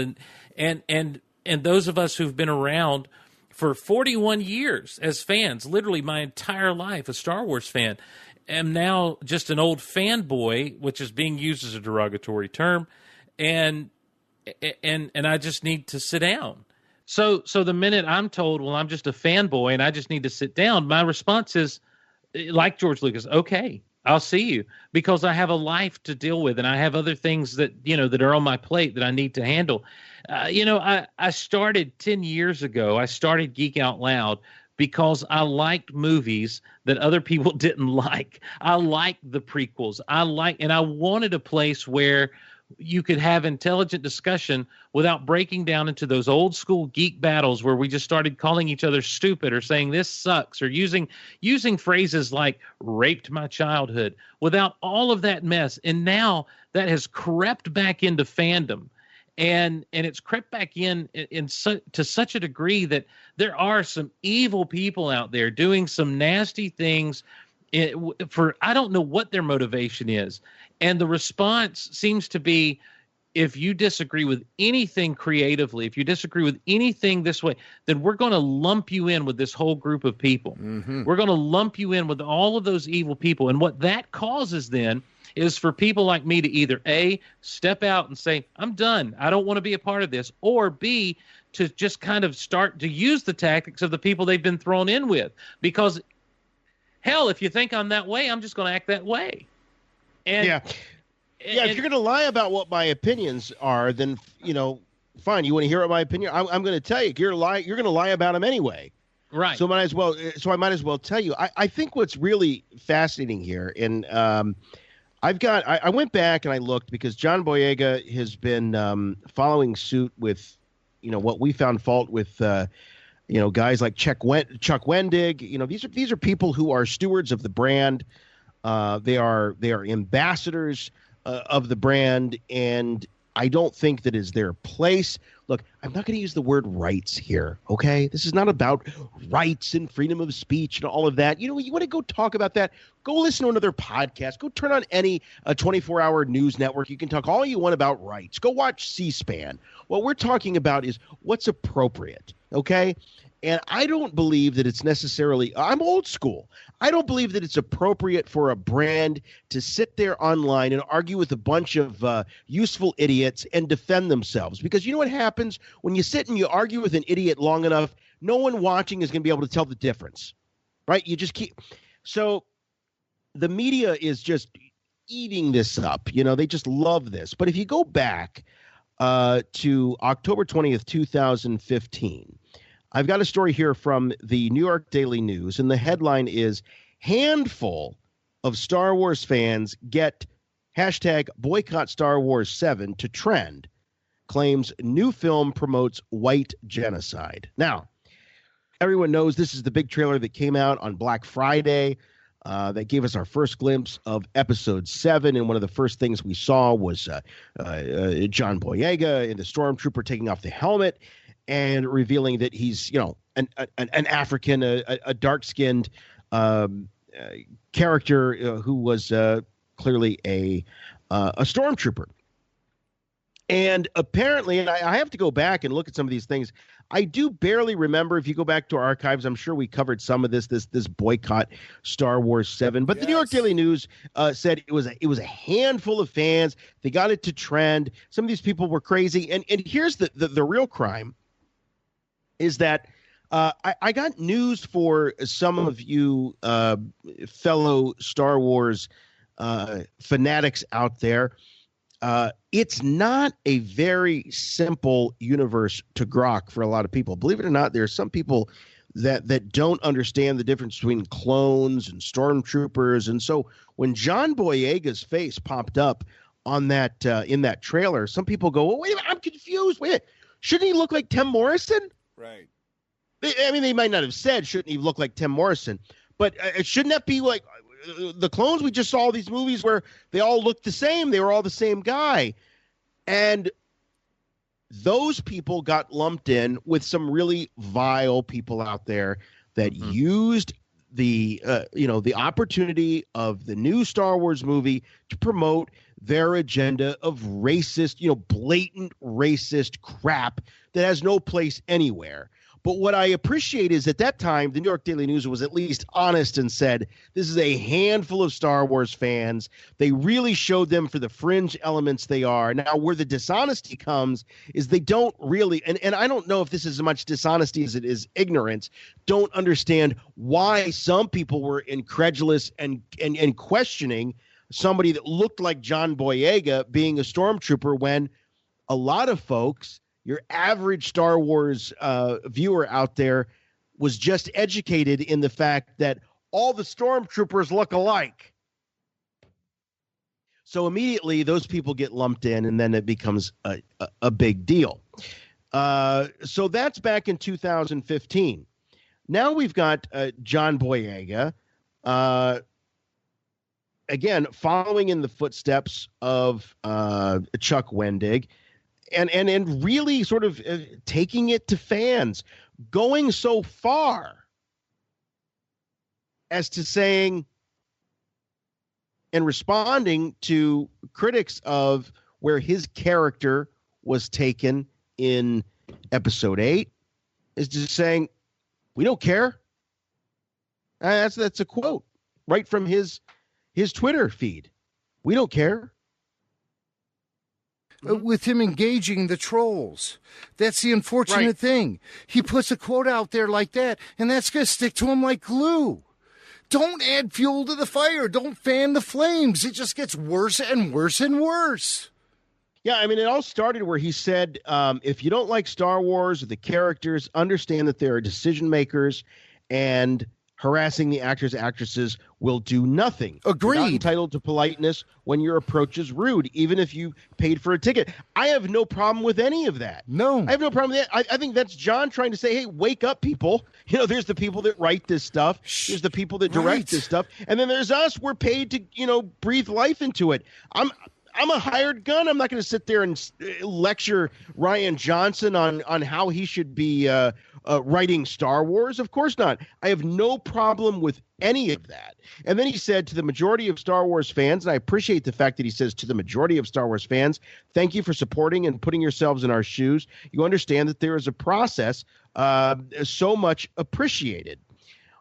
But what is sort of fueling all of this is this rage and this anger that people have that Kelly Marie Tran rose from Episode 8, left Instagram, deleted all of her Instagram posts, and everyone is jumping to this conclusion that it has to be because of the racist and sexist vulgarities that have been directed her way from these trolls.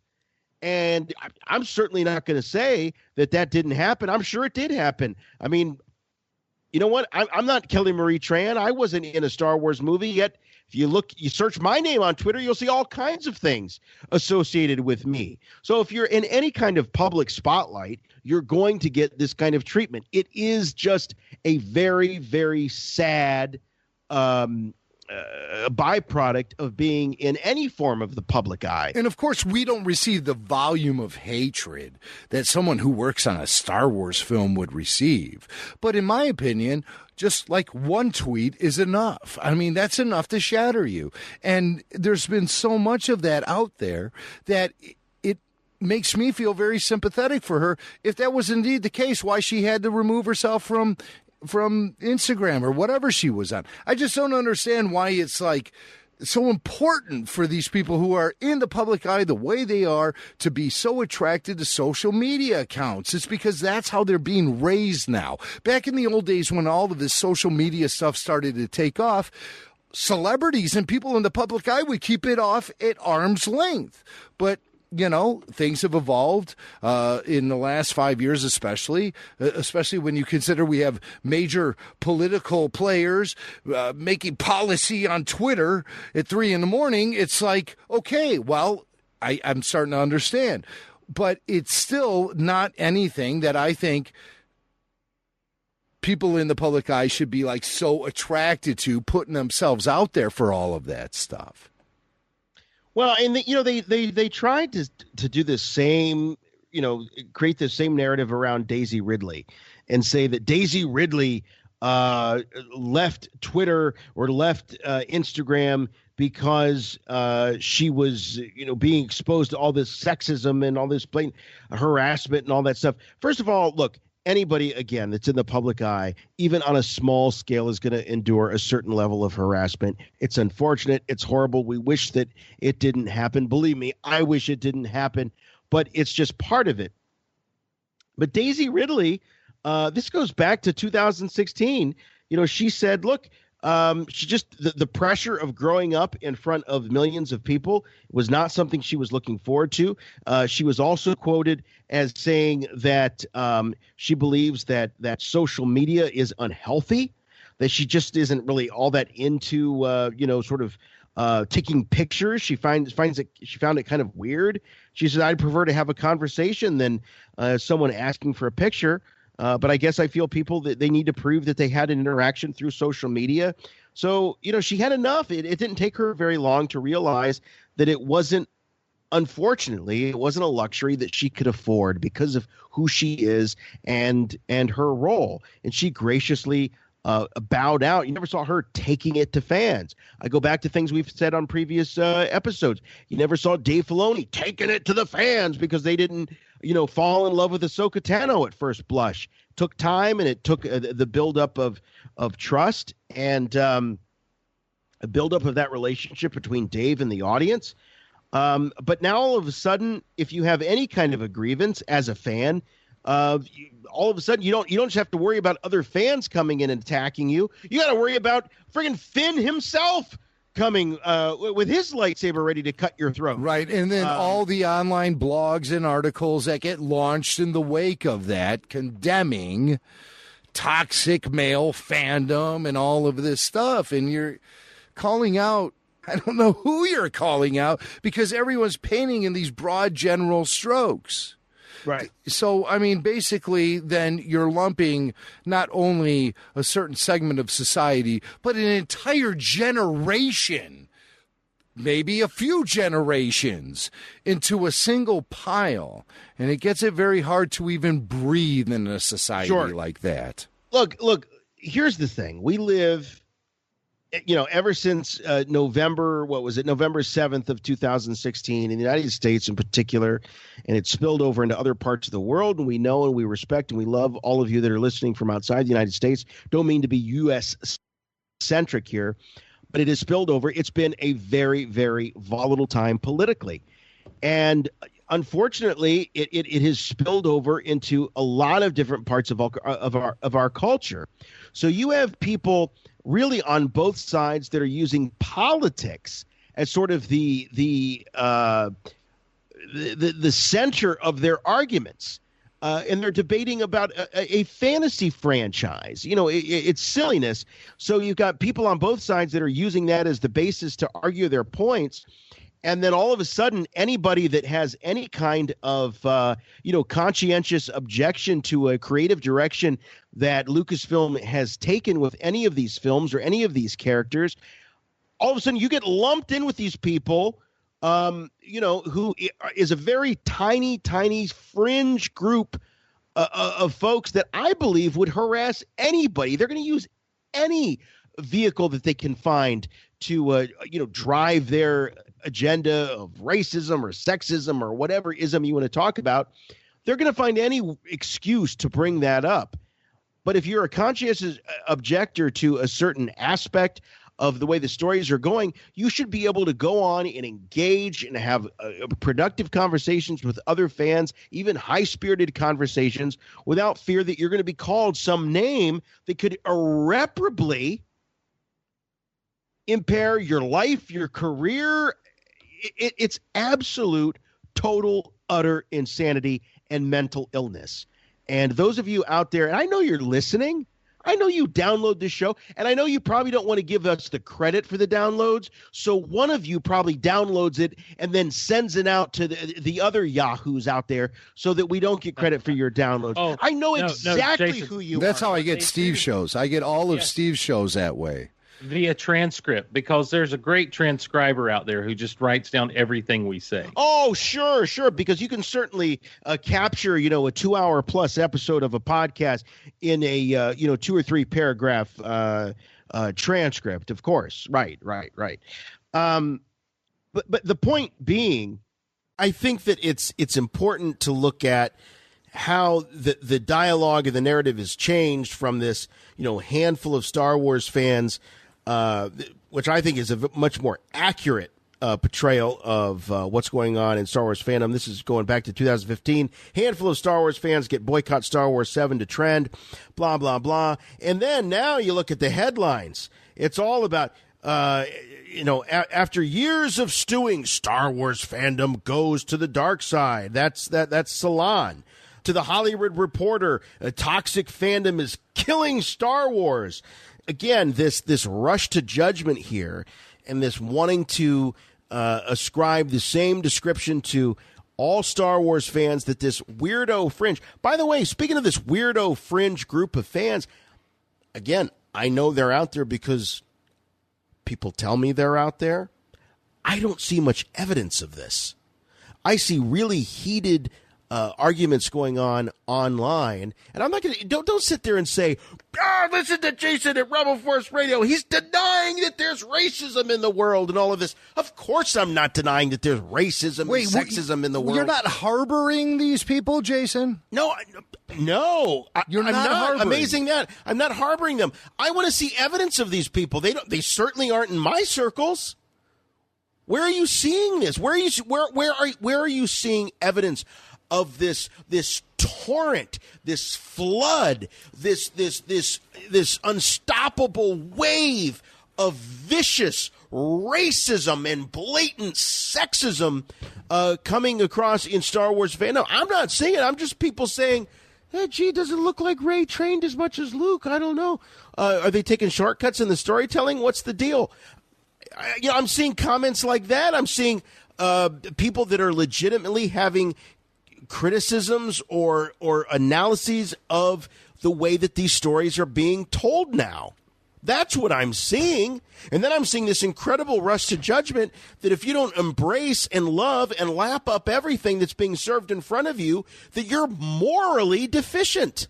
But yet somehow we're lapping it up and we're really enjoying it. Isn't that the great irony? That we're taking in the Star Wars that is, not the Star Wars that isn't, and having a great time. I mean, we're having knockdown, drag out arguments with some of our closest friends who really despise The Last Jedi, and yet somehow, Jimmy Mack, you and I are the enemies here. I mean, you couldn't write this any better. You and I, we're the evil ones, and we're the ones that have been defending these films for the last 4 years. I'm astonished by it all. And the thing that Lucasfilm needs to understand, and I've seen this happen again and again and again with these types of conversations and the way that people are just going straight to the name calling and straight to all this stuff, that these people who are right now saying, yeah, go Lucasfilm, you tell these fans how crappy they are, you tell them everybody, you're going to screw up. You're going to do something. You're going to do something they don't like. You're going to cast one more brunette white woman. You're going to lessen Kelly Marie Tran's role in Episode 9. They're not going to appease a certain faction of fandom just right. And then that part of fandom is going to turn on you, Lucasfilm, and back you into a corner because you've been trying to appease them, and you've let all of your employees, all of your ambassadors, everyone that's affiliated with you, drink their fanboy tears and say terrible things to your fans online. And you're going to end up messing up and breaking up all the fandom. I saw it happen with me. I saw where people who had come to attack me, eventually some of them came back and said, wow, I said the wrong thing to that group of people, and they got really mad at me. And so I just want to thank you for being kind and opening up a dialogue. Here's the thing. That's what's going to happen to Lucasfilm if they don't get the way that they're doing their social media and stuff under control. Because what's going to happen when the very people who have sided with you in these attacks and in claiming these things about that have been said, what's going to happen when they attack you, Lucasfilm? Who then are you going to turn to for support to get your back on these things? Guys, I don't know of a brand that even comes close to the size and scale of Lucasfilm that allows their employees to run, and independent contractors, whatever you want to call their actors, to run around and act like children defending themselves against a bunch of insane lunatics online. I'd have never seen anything like this. I've never seen anything like this. When Batman vs. Superman Dawn of Justice came out, that was a divisive movie amongst comic book fans. And there were some very hateful things said about Henry Cavill, Ben Affleck, Gal Gadot, Zack Snyder, all types of... Nary a word spoken back like that, you know? Never did any one fan get called crappy, never did. And you know that DC, you guys mentioned it, they've put out their social media policy that Jimmy's advocating for Lucasfilm. But I'm afraid it's fallen on deaf ears, Jim. Oh, everything has fallen on deaf ears as far as my relationship with Lucasfilm goes. Unless, of course, they want media contacts in the Chicago area to promote Star Wars Celebration. Then they're emailing me constantly.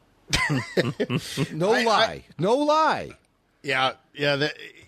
By the way, again, I brought up this story. This goes back to September of 2016 when Daisy Ridley, this was the independent headline, Daisy Ridley finally explains the real reason she quit Instagram, and it was because she could no longer bear the pressure of growing up in front of millions. And I respect that, and I think that that's a very reasonable and common sense way to approach this. John Boyega seems to have signed off of Twitter temporarily. By saying, episode 9, what's his quote? Episode 9, shoot, I don't have it in front of me. Does anybody have it? No, I closed out Twitter. I was getting frustrated. What is it? Hold on a second. Let me find it. When I saw that I was a repugnant human being, I said, oh, well, I got to go. Oh, well, you know what? You haven't lived on Twitter till you've been called a repugnant human being. That's right. Let's see, John... He says Ep 9 loading. See ya. Yeah, Ep 9 loading. See ya. So apparently he's been bullied off of Twitter. No, he's going off to film a major motion picture that is going to be steeped in secrecy and wrapped in a J.J. Abrams. So, I mean, you were talking about major secrecy there. So John, we know why John is going dark or quiet on Twitter. Going back to this independent article, we know that Daisy Ridley just decided that she didn't want to grow up online. And hey, can I say something about Ryan Johnson? But why do we have to assume that Kelly Marie Tran dried up her Instagram account because of racist and hateful comments that she was getting 6 months ago when the film came out? Can I say something about Ryan Johnson? Sure. He made a statement earlier this week that said he was blocking people on Twitter, which is exactly what I suggested. Stop engaging. Mm-hmm. Stop fanning the flames. Stop feeding the trolls. That's all I was saying. I'm not standing up for them. The hell with them. Really, everyone needs to shut up on social media, quite honestly. I don't care what you think. All I care about is what I think, and I think for myself. And please. So, but of course he had to throw in a shot there. He said a-holes, but he said it fully, So, he was blocking all a-holes. on Twitter, and everyone celebrated that. And I said, yes, of course you should be doing that. Maybe someone is hearing us.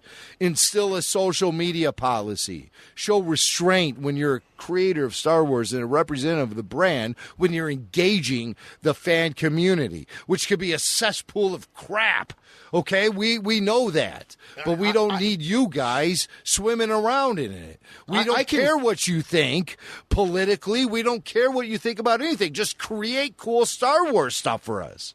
I can tell you, again, I work in the theater industry, and we bring a lot of shows into the Cleveland area, and look, theater is art, and arts, art challenges us.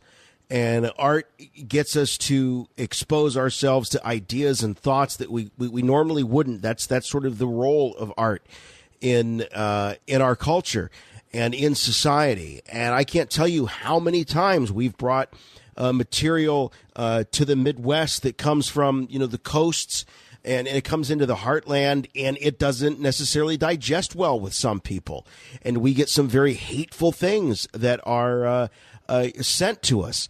And we know that it's a complete and utterly fool's errand to go on there and argue with people. The best we can hope is that over time, the ideas that are in some of this material will sink into people, and they'll have a change of heart, or they'll come out to the next show and they'll have a great time.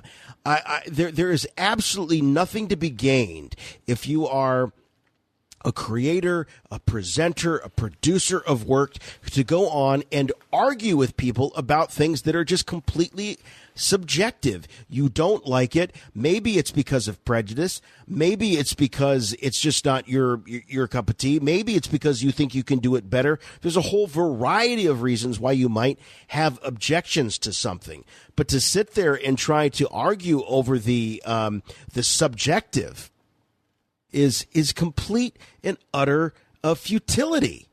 And in particular, it's distasteful when you are the creator, or you're somehow a part of the stew that makes this thing. You need to rise above it. You got to rise above it. I know that there were some folks that were saying that to John Boyega, like, John, this is beneath you, man. We love you. You're Finn. You don't need to sink into these levels and defend yourself or defend Kelly. We know who the sickos are. You give these guys enough rope and they will hang themselves. It doesn't take long for the deplorable, racist, sexist, homophobic creeps online to expose themselves. You give them enough time, they will. Yeah, but don't pull some ageism play on us and say that all of us who've been around with this that's the mistake this they're making. Saga and this community for 40 years, don't throw us all under the bus. That's a bunch of crap. And I know that there are people out there that are listening to the show and they're like, well, wait a minute, just talk about the fun stuff. Just talk about, we can't ignore this. It's something that cannot be ignored. When you have articles that are showing up in Forbes and Hollywood Reporter, and you're calling and you're laying, essentially, what they're saying is that the poor performance of Solo is a result of how sick and toxic the Star Wars fan community is. As somebody who has commented, observed, and been a part of the Star Wars fan community for 40 years, I just cannot sit here and not comment on it when the mainstream narrative is that there's something deficient and wrong with us. It's absolutely a complete and utter misinterpretation of the facts. And I can't sit here and be silenced and pretend that nothing's going on and sit here and talk about the latest Star Wars news. The reality is the latest Star Wars news is that there is a narrative going on that mainstream Star Wars fans are toxic, that the majority of Star Wars fans out there are some sort of moral deficient man children. I think that's what Ryan Johnson called man babies. Man babies. Specific. Man babies. When what they want to do is just have an honest discussion online about Star Wars. And if they tag you, here's a bulletin. You don't have to tag back. You don't have to reply. I don't know why you would want to engage that. As Jim, you mentioned before, let fandom police fandom. Absolutely. They're certainly good at policing us, for crying out loud. You know, I put up one tweet and the whole flipping galaxy collapses on itself. I mean, geez. Well, I'm going to say this, and it's something I said to Jim offline a couple of nights ago. Where was this outrage when Katie Lucas was legitimately run offline back during the Clone Wars? Where was this outrage for a little boy who is now, for all intents and purposes, been diagnosed with mental illness because of the way he was treated after portraying Anakin Skywalker? Where was this outrage for these human beings? Just, you know, in some instances, what was the Clone Wars, 6-7 years ago when Katie Lucas had her had her run in with stuff? I didn't see all this outrage. I didn't see the articles written. I didn't see the people standing up and I'm sorry to use this term, but virtue signaling on behalf of their beloved Star Wars. To me, that's what it disgusts me that this has happened in fandom at all at any time. Why were we not outraged when people would take a term like rape and use it to describe how George Lucas made a movie or redid a movie that you loved all your life and said he raped your childhood? How disgusting a term has that always been? But now because we don't like, or someone, not we, you guys love it, and I have my big issues with it, but because some people want to have some intelligent discussion, and sometimes not so intelligent discussion, but you've lumped everybody in. You've lumped everyone in with these people, and now I'm getting fired up, and I don't mean to, but you can't. This is not how civilization works. Stop it, okay? It's just not. And you can plug your ears, and you can go sit in the corner, and you can go on Twitter, and you can say that I'm an effing moron. You can call me a repugnant human being. You can say all the evil things you've ever said about me. And I'm sure Jason and Jimmy will get emails saying, well, you know what Steve Glosson said on episode blah, blah, blah, blah, blah of Geek Out Loud. That's fine. That's fine. Go ahead. But here's the thing. My personal convictions and my personal faith and the things that I think have never really been something that has caused me to look at someone else and say, I don't like you, I don't want to have anything to do with you. What has always caused me to do that is, how are you treating me? How are you treating other people? How are you responding when the heat is on? Because I know when people came at me, I opened my arms and said, let's talk. Let's have a discussion about the things that you have a problem with. I said, and what I got in return was, no, you're not good enough. I'm not going to lower myself to your level. I'm like, lower yourself. I just took the high road, and that's where I'm tired. I'm burnt out, and I'm kind of been at this place where it's like I don't want to interact with fandom anymore. I'm just going to watch these movies and have fun and hang out with the people that enjoy what I do, and continue to listen to the people that I enjoy listening to. Well, one of the mistakes that not only we make, but I think that our society makes is we put so much emphasis and so much weight on the opinion of what they call the Twitterati. Mm-hmm. You know, the people and look, all of these social platforms have evolved and sort of taken on a personality of their own. And Twitter is a very, very, very unique culture of folks. And I don't think that anything you can pull from Twitter can give you a sense of where the world or where the country is in terms of their opinion and beliefs. I think that it attracts a certain type of person, quite frankly. And I don't think I agree with Daisy Ridley. I don't think it's a very healthy place.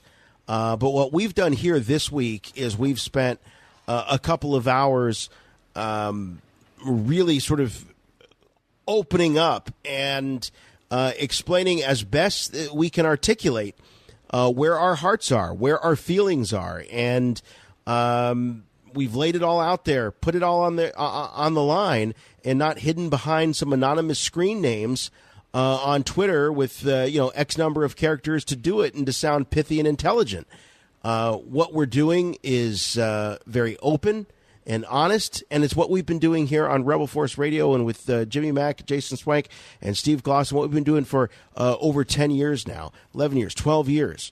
We've been doing this. We're in a situation here where we've been able to get to know a lot of people who work on these films, and we've had some insider access over the years, and we hosted a stage at Star Wars Celebration, and we really tried to do our damnedest. But it's like that scene from Almost Famous when they say, never get to be friends with the band. You became friends with the band. Don't become friends with the band. You made friends with them. See, friendship is the booze they feed you.